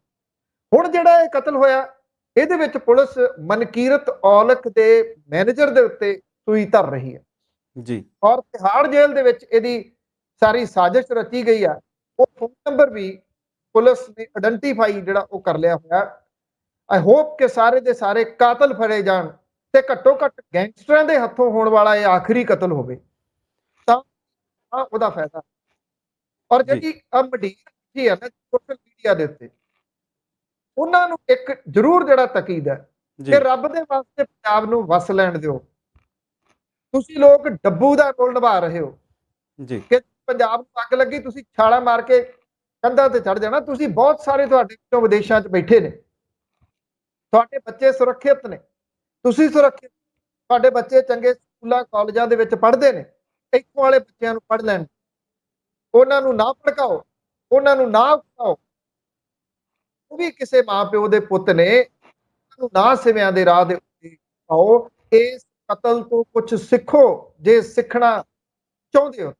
ਅਦਰਵਾਈਜ਼ ਤੁਸੀਂ ਬੜੀ ਵਾਰੀ ਅੱਗ ਲਾਈ, ਬੜੀ ਵਾਰੀ ਪੰਜਾਬ ਦੇ ਬੂਥੇ 'ਚ ਗਿਆ, ਬੜੀ ਵਾਰੀ ਪੰਜਾਬ ਬਲਦੀ ਦੇ ਬੂਥੇ 'ਚ ਜਾਂਦਾ ਜਾਂਦਾ ਬਚਿਆ, ਤੇ ਇੱਕ ਵਾਰੀ ਕੋਸ਼ਿਸ਼ ਤੁਸੀਂ ਸਾਰੇ ਸੋਸ਼ਲ ਮੀਡੀਆ ਦੇ ਉੱਤੇ ਮੈਕਸਿਮਮ ਬੈਠੇ ਜਿਹੜੇ ਜੀ ਉਹ ਕੋਸ਼ਿਸ਼ ਫੇਰ ਕਰ ਰਹੇ ਆ ਕਿ ਪੰਜਾਬ ਨੂੰ ਅੱਗ ਲੱਗਦੀ ਕਿਉਂ ਨਹੀਂ। ਪਨੂ ਸਾਹਿਬ, ਗੱਲ ਤੁਹਾਡੀ ਬਿਲਕੁਲ ਦਰੁਸਤ ਹੈ ਜੀ। ਇਹ ਵੀ ਗੱਲ ਦੇਖਣ 'ਚ ਆਉਂਦੀ ਆ ਕਿ ਚਾਹੇ ਪੰਜਾਬ ਦੇ ਗੈਂਗਸਟਰਸ ਦਾ ਸਿੰਗਰਸ ਨਾਲ ਸੰਬੰਧ ਹੋਵੇ, ਚਾਹੇ ਬਾਲੀਵੁੱਡ ਦੇ ਕਲਾਕਾਰਾਂ ਦਾ, ਉੱਥੇ ਦੀ ਜਿਹੜੀ ਗੈਂਗਸਟਰ ਵਾਲੀ ਜਿਹੜੀ ਲੌਬੀ ਆ, ਚਾਹੇ ਉਹ ਦਾਊਦ ਐਂਡ ਪਾਰਟੀ ਆ ਉੱਧਰਲੇ ਪਾਸੇ ਹੋਵੇ, ਤੇ ਇਹ ਜਿਹੜੀਆਂ ਸਮੱਸਿਆਵਾਂ ਇਹ ਕਈ ਵਾਰ ਸਾਡੇ ਸਾਹਮਣੇ ਆਉਂਦੀਆਂ ਰਹਿੰਦੀਆਂ ਨੇ। ਤੁਸੀਂ ਜਿਹੜੀ ਗੱਲ ਕੀਤੀ ਸੋਸ਼ਲ ਮੀਡੀਆ ਦੇ ਉੱਤੇ ਲੋਕਾਂ ਦੇ ਬੇਕਾਬੂ ਹੋਣ ਦੀ, ਆਪ ਹੁਦਰੇ ਹੋਣ ਦੀ, ਜਾਂ ਹਰ ਗੱਲ ਨੂੰ ਇੱਕ ਨਵਾਂ ਤੂਲ ਦੇਣ ਦੀ, ਉਹਦੇ ਬਾਰੇ 'ਚ ਇਹੀ ਕਿਹਾ ਜਾ ਸਕਦਾ ਕਿ ਦਲੀਪ ਕੌਰ ਟਿਵਾਣਾ ਕਹਿੰਦੀ ਕਿ ਮਰਨ ਵਾਲਾ ਤੇ ਮਰ ਜਾਂਦਾ, ਨੁਕਸਾਨ ਹੁੰਦਾ ਹੈ ਪਿੱਛੇ ਜਿਹੜੇ ਜਿਉਂਦੇ ਨੇ, ਜਿਹੜੇ ਉਹਦੇ ਆਪਣੇ ਨੇ, ਉਹਦੀ ਮਾਂ ਹੈ, ਉਹਦਾ ਬਾਪ ਹੈ, ਉਹਦੇ ਰਿਸ਼ਤੇਦਾਰ ਨੇ, ਯਾਰ ਦੋਸਤ ਨੇ, ਨੇੜੇ ਦੇ ਨੇ, ਉਹਨਾਂ ਦੇ ਵਿੱਚੋਂ ਉਹਦਾ ਹਿੱਸਾ ਮਰ ਜਾਂਦਾ, ਤੇ ਬਾਕੀਆਂ ਲਈ ਤੇ ਉਹ ਸਿਰਫ ਔਰ ਸਿਰਫ ਗੱਲਾਂ ਨੇ, ਕਹਾਣੀਆਂ ਨੇ, ਸ਼ਗੂਫੇ ਵੀ ਨੇ, ਉਹਦੇ 'ਚੋਂ ਸਵਾਦ ਵੀ ਤੁਸੀਂ ਕਹਿ ਸਕਦੇ ਆ, ਪਰ ਮਾਹੌਲ ਜਿਹੜਾ ਆ ਉਹ ਪੂਰੀ ਸਟੇਟ ਦਾ ਖਰਾਬ ਹੈ। ਇਹ ਗੱਲ ਦੇਖਣੀ ਪਵੇਗੀ ਕਿ ਇਸ ਛੋਟੀ ਜਿਹੀ ਉਮਰ ਵਿੱਚ ਉਸ ਬੰਦੇ ਨੇ ਇੰਨਾ ਨਾਮ ਬਣਾਇਆ ਕਿ ਉਹਦੀ ਜਿਹੜੀ ਹੈ ਤੇ ਛੱਡਣ ਦੇ ਨਾਲ ਸਾਰੇ ਹੀ ਆਲੇ ਦੁਆਲੇ ਦੇ ਵਿੱਚ ਇੱਕ ਵੱਖਰਾ ਮਾਹੌਲ ਜਿਹੜਾ ਕਿ ਸਿਰਜਿਆ ਗਿਆ, ਜਿਹੜਾ ਮੈਨੂੰ ਲੱਗਦਾ ਹੈ ਕਿ ਆਉਣ ਵਾਲੇ ਬਹੁਤ ਲੰਬੇ ਸਮੇਂ ਤੱਕ ਸਾਡੀਆਂ ਯਾਦਾਂ 'ਚ ਰਹੇਗਾ। ਇੱਕ ਬ੍ਰੇਕ ਲੈ ਕੇ ਗੱਲ ਹੋਰ ਕਰਦੇ ਹਾਂ ਇਸੇ ਵਿਸ਼ੇ ਦੇ ਉੱਤੇ, ਕਿਉਂਕਿ ਵਿਸ਼ਾ ਬਹੁਤ ਗੰਭੀਰ ਹੈ, ਗੱਲ ਸਿਰਫ ਇੱਕ ਮੌਤ ਦੀ ਨਹੀਂ। ਵਾਪਸੀ ਕਰਦੇ ਹਾਂ ਪ੍ਰੋਗਰਾਮ ਸੱਚੀਆਂ ਤੇ ਖਰੀਆਂ ਪਨੂੰ ਦੀਆਂ ਵਿੱਚ। ਪਨੂੰ ਸਾਹਿਬ, ਗੱਲ ਇਹ ਹੈ ਕਿ ਗੋਲੀ ਨਹੀਂ ਜਾਣਦੀ ਕਿ ਮੇਰੇ ਮੂਹਰੇ ਕੌਣ ਹੈ, ਉਹਨੇ ਤੇ ਛਾਤੀ ਪਾੜ ਦੇਣੀ ਹੈ ਤੇ ਮੌਤ ਜਿਹੜੀ ਆ ਉਹ ਹੋ ਜਾਣੀ ਹੈ। ਕਿਸੇ ਦੀ ਕਿਸਮਤ ਚੰਗੀ ਹੋਵੇ ਤੇ ਬਚ ਜਾਏ, ਪਰ ਉਸ ਤੋਂ ਬਾਅਦ ਜਿਹੜੀ ਆਲੇ ਦੁਆਲੇ ਦੀ ਲੋਕ ਨੇ ਲੁਕਾਈ ਹੈ, ਚਾਹੇ ਉਹ ਰਾਜਸੀ ਧਿਰਾਂ ਨੇ, ਚਾਹੇ ਉਹ ਸੋਸ਼ਲ ਧਿਰਾਂ ਨੇ, ਧਾਰਮਿਕ ਧਿਰਾਂ ਨੇ, ਵੱਖਰੇ ਵੱਖਰੇ ਤਰ੍ਹਾਂ ਦੇ ਲੋਕ ਨੇ, ਤੇ ਜਿੱਦਾਂ ਪੰਜਾਬੀ 'ਚ ਅਕਸਰ ਅਸੀਂ ਕਹਿੰਦੇ ਹਾਂ ਕਿ ਜਿੰਨੇ ਮੂੰਹ ਓਨੀਆਂ ਗੱਲਾਂ। ਇਸ ਜਵਾਨ ਮੌਤ ਨੇ ਜਿੱਥੇ ਪਰਿਵਾਰ ਨੂੰ ਸਦਮਾ ਦਿੱਤਾ ਹੈ, ਉਹਦੇ ਆਲੇ ਦੁਆਲੇ ਵਾਲਿਆਂ ਨੂੰ, ਤੇ ਸਾਡੇ ਵਰਗੇ ਲੋਕਾਂ ਨੂੰ ਵੀ ਉਹਨੇ ਇੱਕ ਸੁੰਨ ਦਿੱਤੀ ਹੈ, ਇੱਕ ਬਹੁਤ ਜ਼ਿਆਦਾ ਸੋਚ ਦਿੱਤੀ ਹੈ ਕਿ ਹੋਵੇਗਾ ਕੀ। ਤੇ ਇਹ ਜਿਹੜੀਆਂ ਦੂਸਰੀਆਂ ਧਿਰਾਂ ਨੇ ਜੀ, ਜਿਨ੍ਹਾਂ ਨੂੰ ਅਸੀਂ ਵਿਰੋਧੀ ਧਿਰਾਂ ਕਹਿ ਸਕਦੇ ਹਾਂ ਜਾਂ ਸਿਆਸੀ ਧਿਰਾਂ ਕਹਿ ਸਕਦੇ ਹਾਂ, ਮੈਨੂੰ ਇੱਦਾਂ ਜਾਪਦਾ ਮੋਟਾ ਮੋਟਾ ਕਿ ਉਹ ਹਾਲਾਂਕਿ ਇਨਸਾਫ ਦੀ ਮੰਗ ਕਰਦੇ ਨਜ਼ਰ ਆਉਂਦੇ ਨੇ ਜਾਂ ਸਰਕਾਰ ਨੂੰ ਘੇਰਦੇ ਨਜ਼ਰ ਆਉਂਦੇ ਨੇ, ਪਰ ਬਹੁਤੇ ਕਰਕੇ ਇੰਝ ਵੀ ਲੱਗਦਾ ਕਿ ਰੋਟੀਆਂ ਸੇਕਦੇ ਵੀ ਨਜ਼ਰ ਆਉਂਦੇ ਨੇ। ਕੀ ਕਹਿਣਾ ਚਾਹੁੰਦੇ ਜੀ ਤੁਸੀਂ? ਤੁਸੀਂ ਅਖੀਰ 'ਚ ਬਹੁਤਾ ਜਵਾਬ ਤਾਂ ਦੇਤਾ ਜੀ। ਇਹ ਤਾਂ ਰੋਟੀਆਂ ਸੇਕਣ ਵਾਲੇ ਗਰੁੱਪ ਨੇ। ਜਿਹੜਾ ਲਫ਼ਜ਼ ਗੈਂਗਸਟਰ ਹੈ ਜੀ, ਇਹ ਇੰਗਲਿਸ਼ ਦਾ ਲਫ਼ਜ਼ ਹੈ। ਪੰਜਾਬੀ ਦਾ ਜਿਹੜਾ ਲਫ਼ਜ਼ ਹੈ ਉਹ ਬਦਮਾਸ਼ ਹੈ ਜੀ, ਪਰ ਇਹ ਲਫ਼ਜ਼ ਫੇਮਸ ਕਿਉਂ ਹੋਇਆ ਪੰਜਾਬ ਦੇ ਵਿੱਚ? ਇਹਦੇ ਪਿੱਛੇ ਬੜੀ ਲੰਬੀ ਚੌੜੀ ਜਿਹੜੀ ਉਹ ਕਹਾਣੀ ਆ, ਕਦੋਂ ਫੇਮਸ ਹੋਇਆ, ਇਹ ਵੀ ਇੱਕ ਸਵਾਲ ਹੈ। ਨਾਭਾ ਜੇਲ੍ਹ ਦੀ ਜਿਹੜੀ ਮੈਕਸਿਮਮ ਸਿਕਿਉਰਿਟੀ ਵਾਲੀ ਜੇਲ੍ਹ ਹੈ ਜੀ, ਉਹਦੇ ਵਿੱਚੋਂ ਕੁਝ ਗੈਂਗਸਟਰ ਜਿਹੜੇ ਉਹ ਫਰਾਰ ਹੁੰਦੇ ਆ। ਜੀ, ਉਹ ਫਰਾਰ ਕਿਵੇਂ ਹੁੰਦੇ ਆ? ਹੈਰਾਨੀ ਵਾਲੀ ਗੱਲ ਇਹ ਆ ਕਿ ਉਹ ਅੱਜ ਤੱਕ ਇੱਕ ਭੇਦ ਆ। ਉਹਦੀ ਸੀਸੀਟੀਵੀ ਫੁਟੇਜ ਅੱਜ ਤੱਕ ਨਹੀਂ ਲੱਭੀ, ਜਦੋਂ ਕਿ ਜਿਹੜੀ ਬਾਹਰ ਜੇਲ੍ਹ ਆ ਉਹਦੇ ਵਿੱਚ ਸੀਸੀਟੀਵੀ ਕੈਮਰੇ ਲੱਗੇ ਹੋਏ ਆ। ਉਹ ਸੀਸੀਟੀਵੀ ਫੁਟੇਜ ਕਿੱਥੇ ਗਈ? ਜੀ, ਕੌਣ ਉਹਨਾਂ ਨੂੰ ਕੱਢ ਕੇ ਲੈ ਕੇ ਗਿਆ? ਇਹ ਬੜਾ ਵੱਡਾ ਸਵਾਲ ਹੈ। ਉਹ ਸੀਨੀਅਰ ਪੁਲਿਸ ਅਫਸਰ ਨੂੰ ਜਦੋਂ ਮਿਲਣ ਗਿਆ ਤੇ ਉਹ ਸੀਨੀਅਰ ਪੁਲਿਸ ਅਫਸਰ ਨੇ ਉਹਨੂੰ ਸਮਝਾਇਆ ਵੀ ਤੂੰ ਇਹ ਕਿਹੜੇ ਕੰਮਾਂ 'ਚ ਪੈ ਗਿਆ, ਰਾਜਨੀਤਿਕ ਲੋਕ ਕਿਸੇ ਦੇ ਸਕੇ ਨਹੀਂ ਹੁੰਦੇ। ਜੀ, ਉਹ ਕਹਿੰਦਾ ਮੈਨੂੰ ਬੜਾ ਗੁੱਸਾ ਲੱਗਿਆ ਇਸ ਗੱਲ ਦਾ, ਤੇ ਉਹਨੇ ਸਪੀਕਰ ਦੇ ਉੱਤੇ ਫੋਨ ਲਾ ਲਿਆ ਉਸੇ ਰਾਜਨੀਤਿਕ ਵਿਅਕਤੀ ਨੂੰ ਜਿਹਨੇ ਉਹਨੂੰ ਭੇਜਿਆ ਸੀ, ਮਾਲਵੇ ਦਾ ਸੀ ਜੀ, ਤੇ ਉਹ ਅੱਗੋਂ ਪੁਲਿਸ ਵਾਲੇ ਨੂੰ ਕਹਿੰਦਾ ਵੀ ਤੇਰੇ ਕੋਲੇ ਪਹੁੰਚ ਗਿਆ? ਕਹਿੰਦਾ ਹਾਂ। ਕਹਿੰਦਾ ਹੁਣ ਬਚਣਾ ਨਹੀਂ ਚਾਹੀਦਾ। ਉਹ ਕਹਿੰਦਾ ਉਹ ਮੋੜਾ ਪੈ ਗਿਆ ਉਦੋਂ ਤੋਂ ਮੈਨੂੰ, ਵੀ ਮੈਨੂੰ ਤਾਂ ਕੁਝ ਕਹਿੰਦਾ ਸੀ, ਉਹਨੂੰ ਵਰਤਿਆ, ਉਹਨੂੰ ਬੂਥ ਕੈਪਚਰਿੰਗ ਲਈ ਵਰਤਿਆ, ਜੀ, ਉਹਨੂੰ ਵਿਰੋਧੀਆਂ ਨੂੰ ਡਰਾਉਣ ਲਈ ਵਰਤਿਆ, ਵਿਰੋਧੀਆਂ ਨੂੰ ਧਮਕਾਉਣ ਲਈ ਵਰਤਿਆ। ਜਿਹੜੇ ਗੈਂਗਸਟਰ ਨੇ ਉਹਨਾਂ ਦੇ ਪਿੱਛੇ ਪੁਸ਼ਤਪਨਾਹੀ ਕਿਸੇ ਨਾ ਕਿਸੇ ਰਾਜਨੀਤਿਕ ਵਿਅਕਤੀ ਦੀ ਹੁੰਦੀ ਆ। ਜੀ, 7 ਤੋਂ 17 ਵਾਲਾ ਜਿਹੜਾ ਰਾਜ ਸੀ ਉਹਦੇ ਵਿੱਚ ਗੈਂਗਸਟਰ ਕਲਚਰ ਪੰਜਾਬ ਦੇ ਵਿੱਚ ਜੰਮਿਆ, ਵੱਡਾ ਹੋਇਆ, ਜਵਾਨ ਹੋਇਆ, ਸਿਖਰ ਤੇ ਪਹੁੰਚ ਗਿਆ। ਔਰ ਨਾਭਾ ਜੇਲ੍ਹ ਬ੍ਰੇਕ ਵੀ ਉਹਦੇ ਉਦੋਂ ਹੀ ਜਿਹੜਾ ਉਹ ਹੋਇਆ। ਬਾਅਦ ਦੇ ਵਿੱਚ ਕੈਪਟਨ ਅਮਰਿੰਦਰ ਸਿੰਘ ਹੋਰਾਂ ਦੀ ਸਰਕਾਰ ਆਈ, ਇੱਕ ਵਾਰੀ ਉਹਨਾਂ ਨੇ ਸਖਤੀ ਕਰਨੀ ਸ਼ੁਰੂ ਕੀਤੀ, ਪਰ ਬਾਅਦ ਦੇ ਵਿੱਚ ਉਹ ਸਖਤੀ ਐਵੇਂ ਟੈਂਪਰੇਰੀ ਜੀ ਰਹਿ ਗਈ। ਜੀ, ਗੱਲ ਗਾਂ ਵਧੀ ਨਹੀਂ।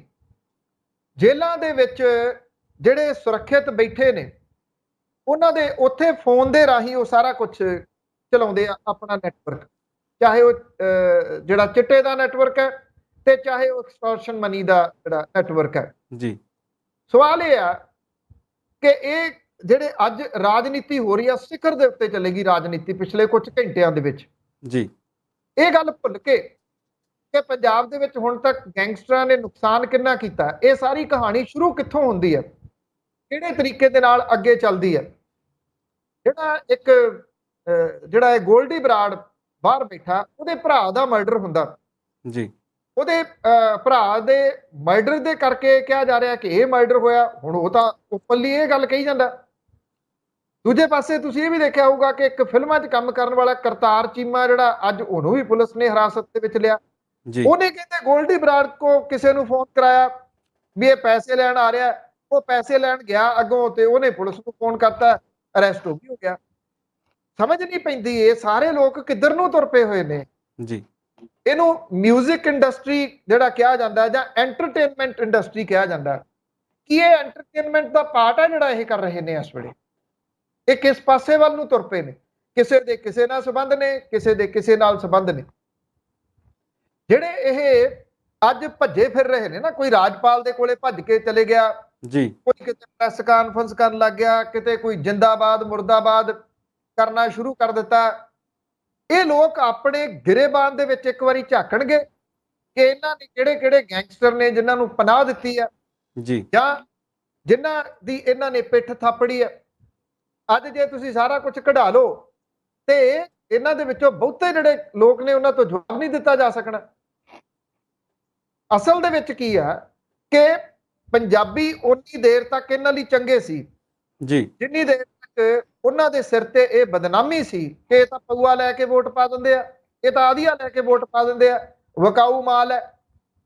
ਜਦੋਂ ਪੰਜਾਬੀ ਜਿਹੜਾ ਕਿਸਾਨ ਮੋਰਚਾ ਲੱਗਿਆ, ਕਿਸਾਨ ਅੰਦੋਲਨ 1 ਸਾਲ ਚੱਲਿਆ, ਉਹਨੇ ਪੰਜਾਬੀਆਂ ਦੇ ਵਿੱਚ ਇੱਕ ਨਵੀਂ ਰੂਹ ਫੂਕੀ। ਜੀ ਲੋਕ ਆਪਣੇ ਹੱਕਾਂ ਪ੍ਰਤੀ ਸੁਚੇਤ ਹੋ ਗਏ। ਜਦੋਂ ਸੁਚੇਤ ਹੋ ਗਏ ਤੇ ਉਹਨਾਂ ਨੂੰ ਇਹ ਵੀ ਪਤਾ ਲੱਗ ਗਿਆ ਕਿ ਵੋਟ ਦੀ ਪਾਵਰ ਕੀ ਹੈ, ਇਹਨੂੰ ਵਰਤਣਾ ਕਿਵੇਂ ਹੈ। ਉਹਨਾਂ ਨੇ ਇਸ ਵਾਰੀ ਵਰਤ ਦਿੱਤਾ। ਰਵਾਇਤੀ ਪਾਰਟੀਆਂ ਜਿਹੜੀਆਂ ਉਹ ਲੱਭੀਆਂ ਤੇ ਅਸੀਂ ਕਿਤੇ ਜਿਹੜੀ ਆ ਉਹ ਵਿਰੋਧੀ ਧਿਰ ਦੇ ਵਿੱਚ ਆਈ। ਅਕਾਲੀ ਦਲ ਬਾਦਲ 3 ਸੀਟਾਂ ਦੇ ਉੱਤੇ ਸਿਮਟ ਗਿਆ।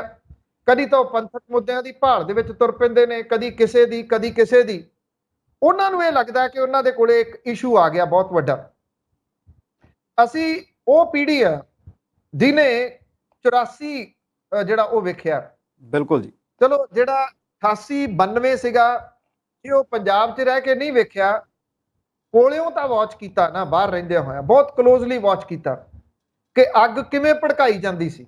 ਜਲੰਧਰ ਦੀਆਂ 2 ਅਖਬਾਰਾਂ ਨੇ ਅੱਗ ਦੇ ਉੱਤੇ ਘਿਓ ਪਾਉਣ ਦਾ ਕੰਮ ਕੀਤਾ ਉਹਨਾਂ ਦੇ ਨਾਲ। ਜੀ ਪੁੱਤ ਕਿਹਦੇ ਮਰੇ?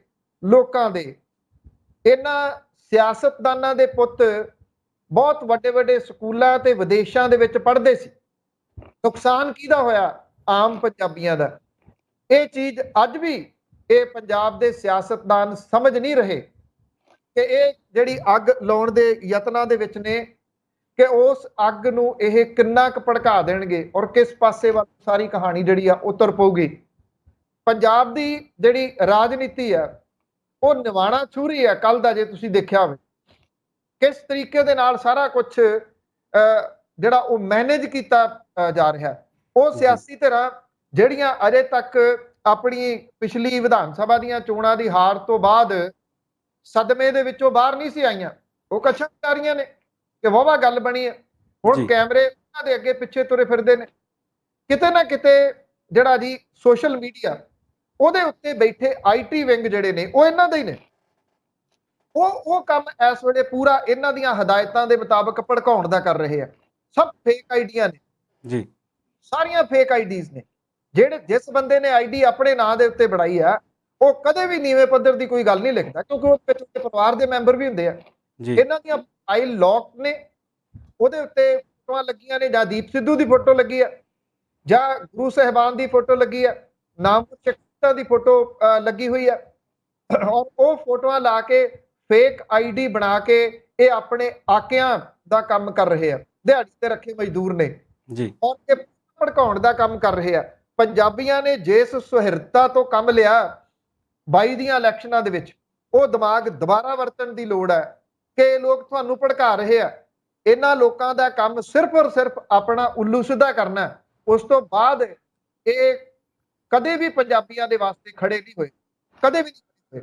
ਅੱਜ ਪੰਜਾਬ ਜਿਹੜੇ ਹਾਲਾਤਾਂ ਦੇ ਵਿੱਚੋਂ ਲੰਘ ਰਿਹਾ, ਉਹਦੇ ਉੱਤੇ ਜਿੰਨਾ ਕਰਜ਼ਾ ਹੈ ਇਸ ਵੇਲੇ ਪੰਜਾਬ ਦੇ ਉੱਤੇ, ਬਾਕੀ ਜਿੰਨੇ ਮਾੜੇ ਸਮੇਂ ਦੇ ਵਿੱਚੋਂ ਲੰਘ ਰਿਹਾ, ਦੇਖੋ ਪਿਛਲੇ ਦਿਨਾਂ ਤੋਂ ਉਹ ਮੁੱਦੇ ਉੱਭਰਨੇ ਸ਼ੁਰੂ ਹੋਏ ਕਿ ਪੰਜਾਬ ਦਾ ਪਾਣੀ ਮੁੱਕ ਗਿਆ ਜੀ, ਪੰਜਾਬ ਦਾ ਪਾਣੀ ਗੰਦਾ ਹੋ ਗਿਆ, ਪੰਜਾਬ ਨੂੰ ਆਪਾਂ ਝੋਨੇ ਤੋਂ ਕਿਵੇਂ ਕੱਢੀਏ, ਕਿਹੜੇ ਤਰੀਕੇ ਦੇ ਨਾਲ ਕਰੀਏ, ਚਲੋ ਕੋਈ ਚੱਜ ਦਾ ਕੰਮ ਕਰੀਏ। ਪਿਛਲੇ ਲਗਭਗ 24 ਘੰਟਿਆਂ ਤੋਂ ਤੁਸੀਂ ਕੁਝ ਸੁਣੀ ਹੈ ਗੱਲ ਜੀ? ਕੋਈ ਵੀ ਨਹੀਂ। ਇਹ ਉਹਦੇ ਵਿੱਚ ਸਿਆਸੀ ਧਿਰਾਂ ਜਿਹੜੀਆਂ ਨੇ ਉਹ ਵੱਡਾ ਰੋਲ ਨਿਭਾ ਰਹੀਆਂ ਨੇ। ਸਾਨੂੰ ਬੇਹੱਦ ਦੁੱਖ ਹੈ ਉਸ ਪਰਿਵਾਰ ਦੇ ਨਾਲ, ਡੂੰਘੀ ਹਮਦਰਦੀ ਹੈ, ਉਸ ਨੌਜਵਾਨ ਦੇ ਚਲੇ ਜਾਣ ਦਾ ਦੁੱਖ ਹੈ। ਇਹਨਾਂ ਸਿਆਸਤਦਾਨਾਂ ਨਾਲੋਂ ਜ਼ਿਆਦਾ ਦੁੱਖ ਹੈ।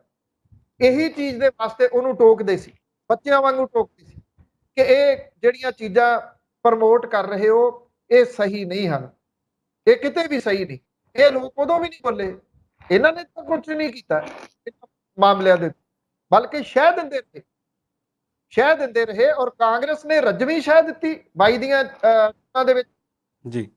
ਉਹ ਕੈਂਡੀਡੇਟ ਜਿਹੜਾ ਉਹ ਬਣਾ ਕੇ, ਚਲੋ ਕੈਂਡੀਡੇਟ ਕੋਈ ਵੀ ਬਣ ਸਕਦਾ, ਉਹ ਕੋਈ ਇਹ ਨਹੀਂ ਸੀਗਾ ਕਿ ਕ੍ਰਿਮੀਨਲ ਸੀਗਾ, ਪਰਚੇ ਪੁਰਚੇ ਤਾਂ ਦਰਜ ਹੁੰਦੇ ਰਹਿੰਦੇ ਨੇ, ਉਹ ਕੋਈ ਏਡੀ ਗੱਲ ਨਹੀਂ ਸੀ। ਪਰ ਅੱਜ ਜਿਵੇਂ ਸੁਖਜਿੰਦਰ ਸਿੰਘ ਰੰਧਾਵਾ ਕਹਿੰਦੇ ਨੇ ਅਸੀਂ ਤਾਂ ਉਹਨੂੰ ਸੁਖਪੁਰ ਤੋਂ ਚੋਣ ਲੜਾਉਣੀ ਸੀ, ਤੁਸੀਂ ਕਿੱਥੇ ਐਲਾਨ ਕੀਤਾ ਸੀ? ਉਹਨੂੰ ਕੈਸ਼ ਕਰਨ ਦੇ ਯਤਨ। ਸਿਮਰਨਜੀਤ ਸਿੰਘ ਮਾਨਪੁਰੀ ਕਹਿੰਦੇ ਉਹਨੇ ਤਾਂ ਮੇਰੀ ਸਪੋਰਟ ਕਰ ਦਿੱਤੀ ਸੀਗੀ, ਕੈਸ਼ ਕਰਨ ਦਾ ਯਤਨ ਸੀ। ਘੱਟੋ ਘੱਟ ਉਸ ਪਰਿਵਾਰ ਦੇ ਦੁੱਖ ਨੂੰ ਸਮਝਦਿਆਂ, ਮੂਸੇਵਾਲੇ ਪਰਿਵਾਰ ਦੇ ਦੁੱਖ ਨੂੰ, ਉਹਦੇ ਮਾਂ-ਪਿਓ ਦੇ ਦੁੱਖ ਨੂੰ ਸਮਝਦਿਆਂ, ਘੱਟੋ ਘੱਟ ਇਹਦੇ ਉੱਤੇ ਇਹ ਰਾਜਨੀਤੀ ਨਹੀਂ ਹੋਣੀ ਚਾਹੀਦੀ।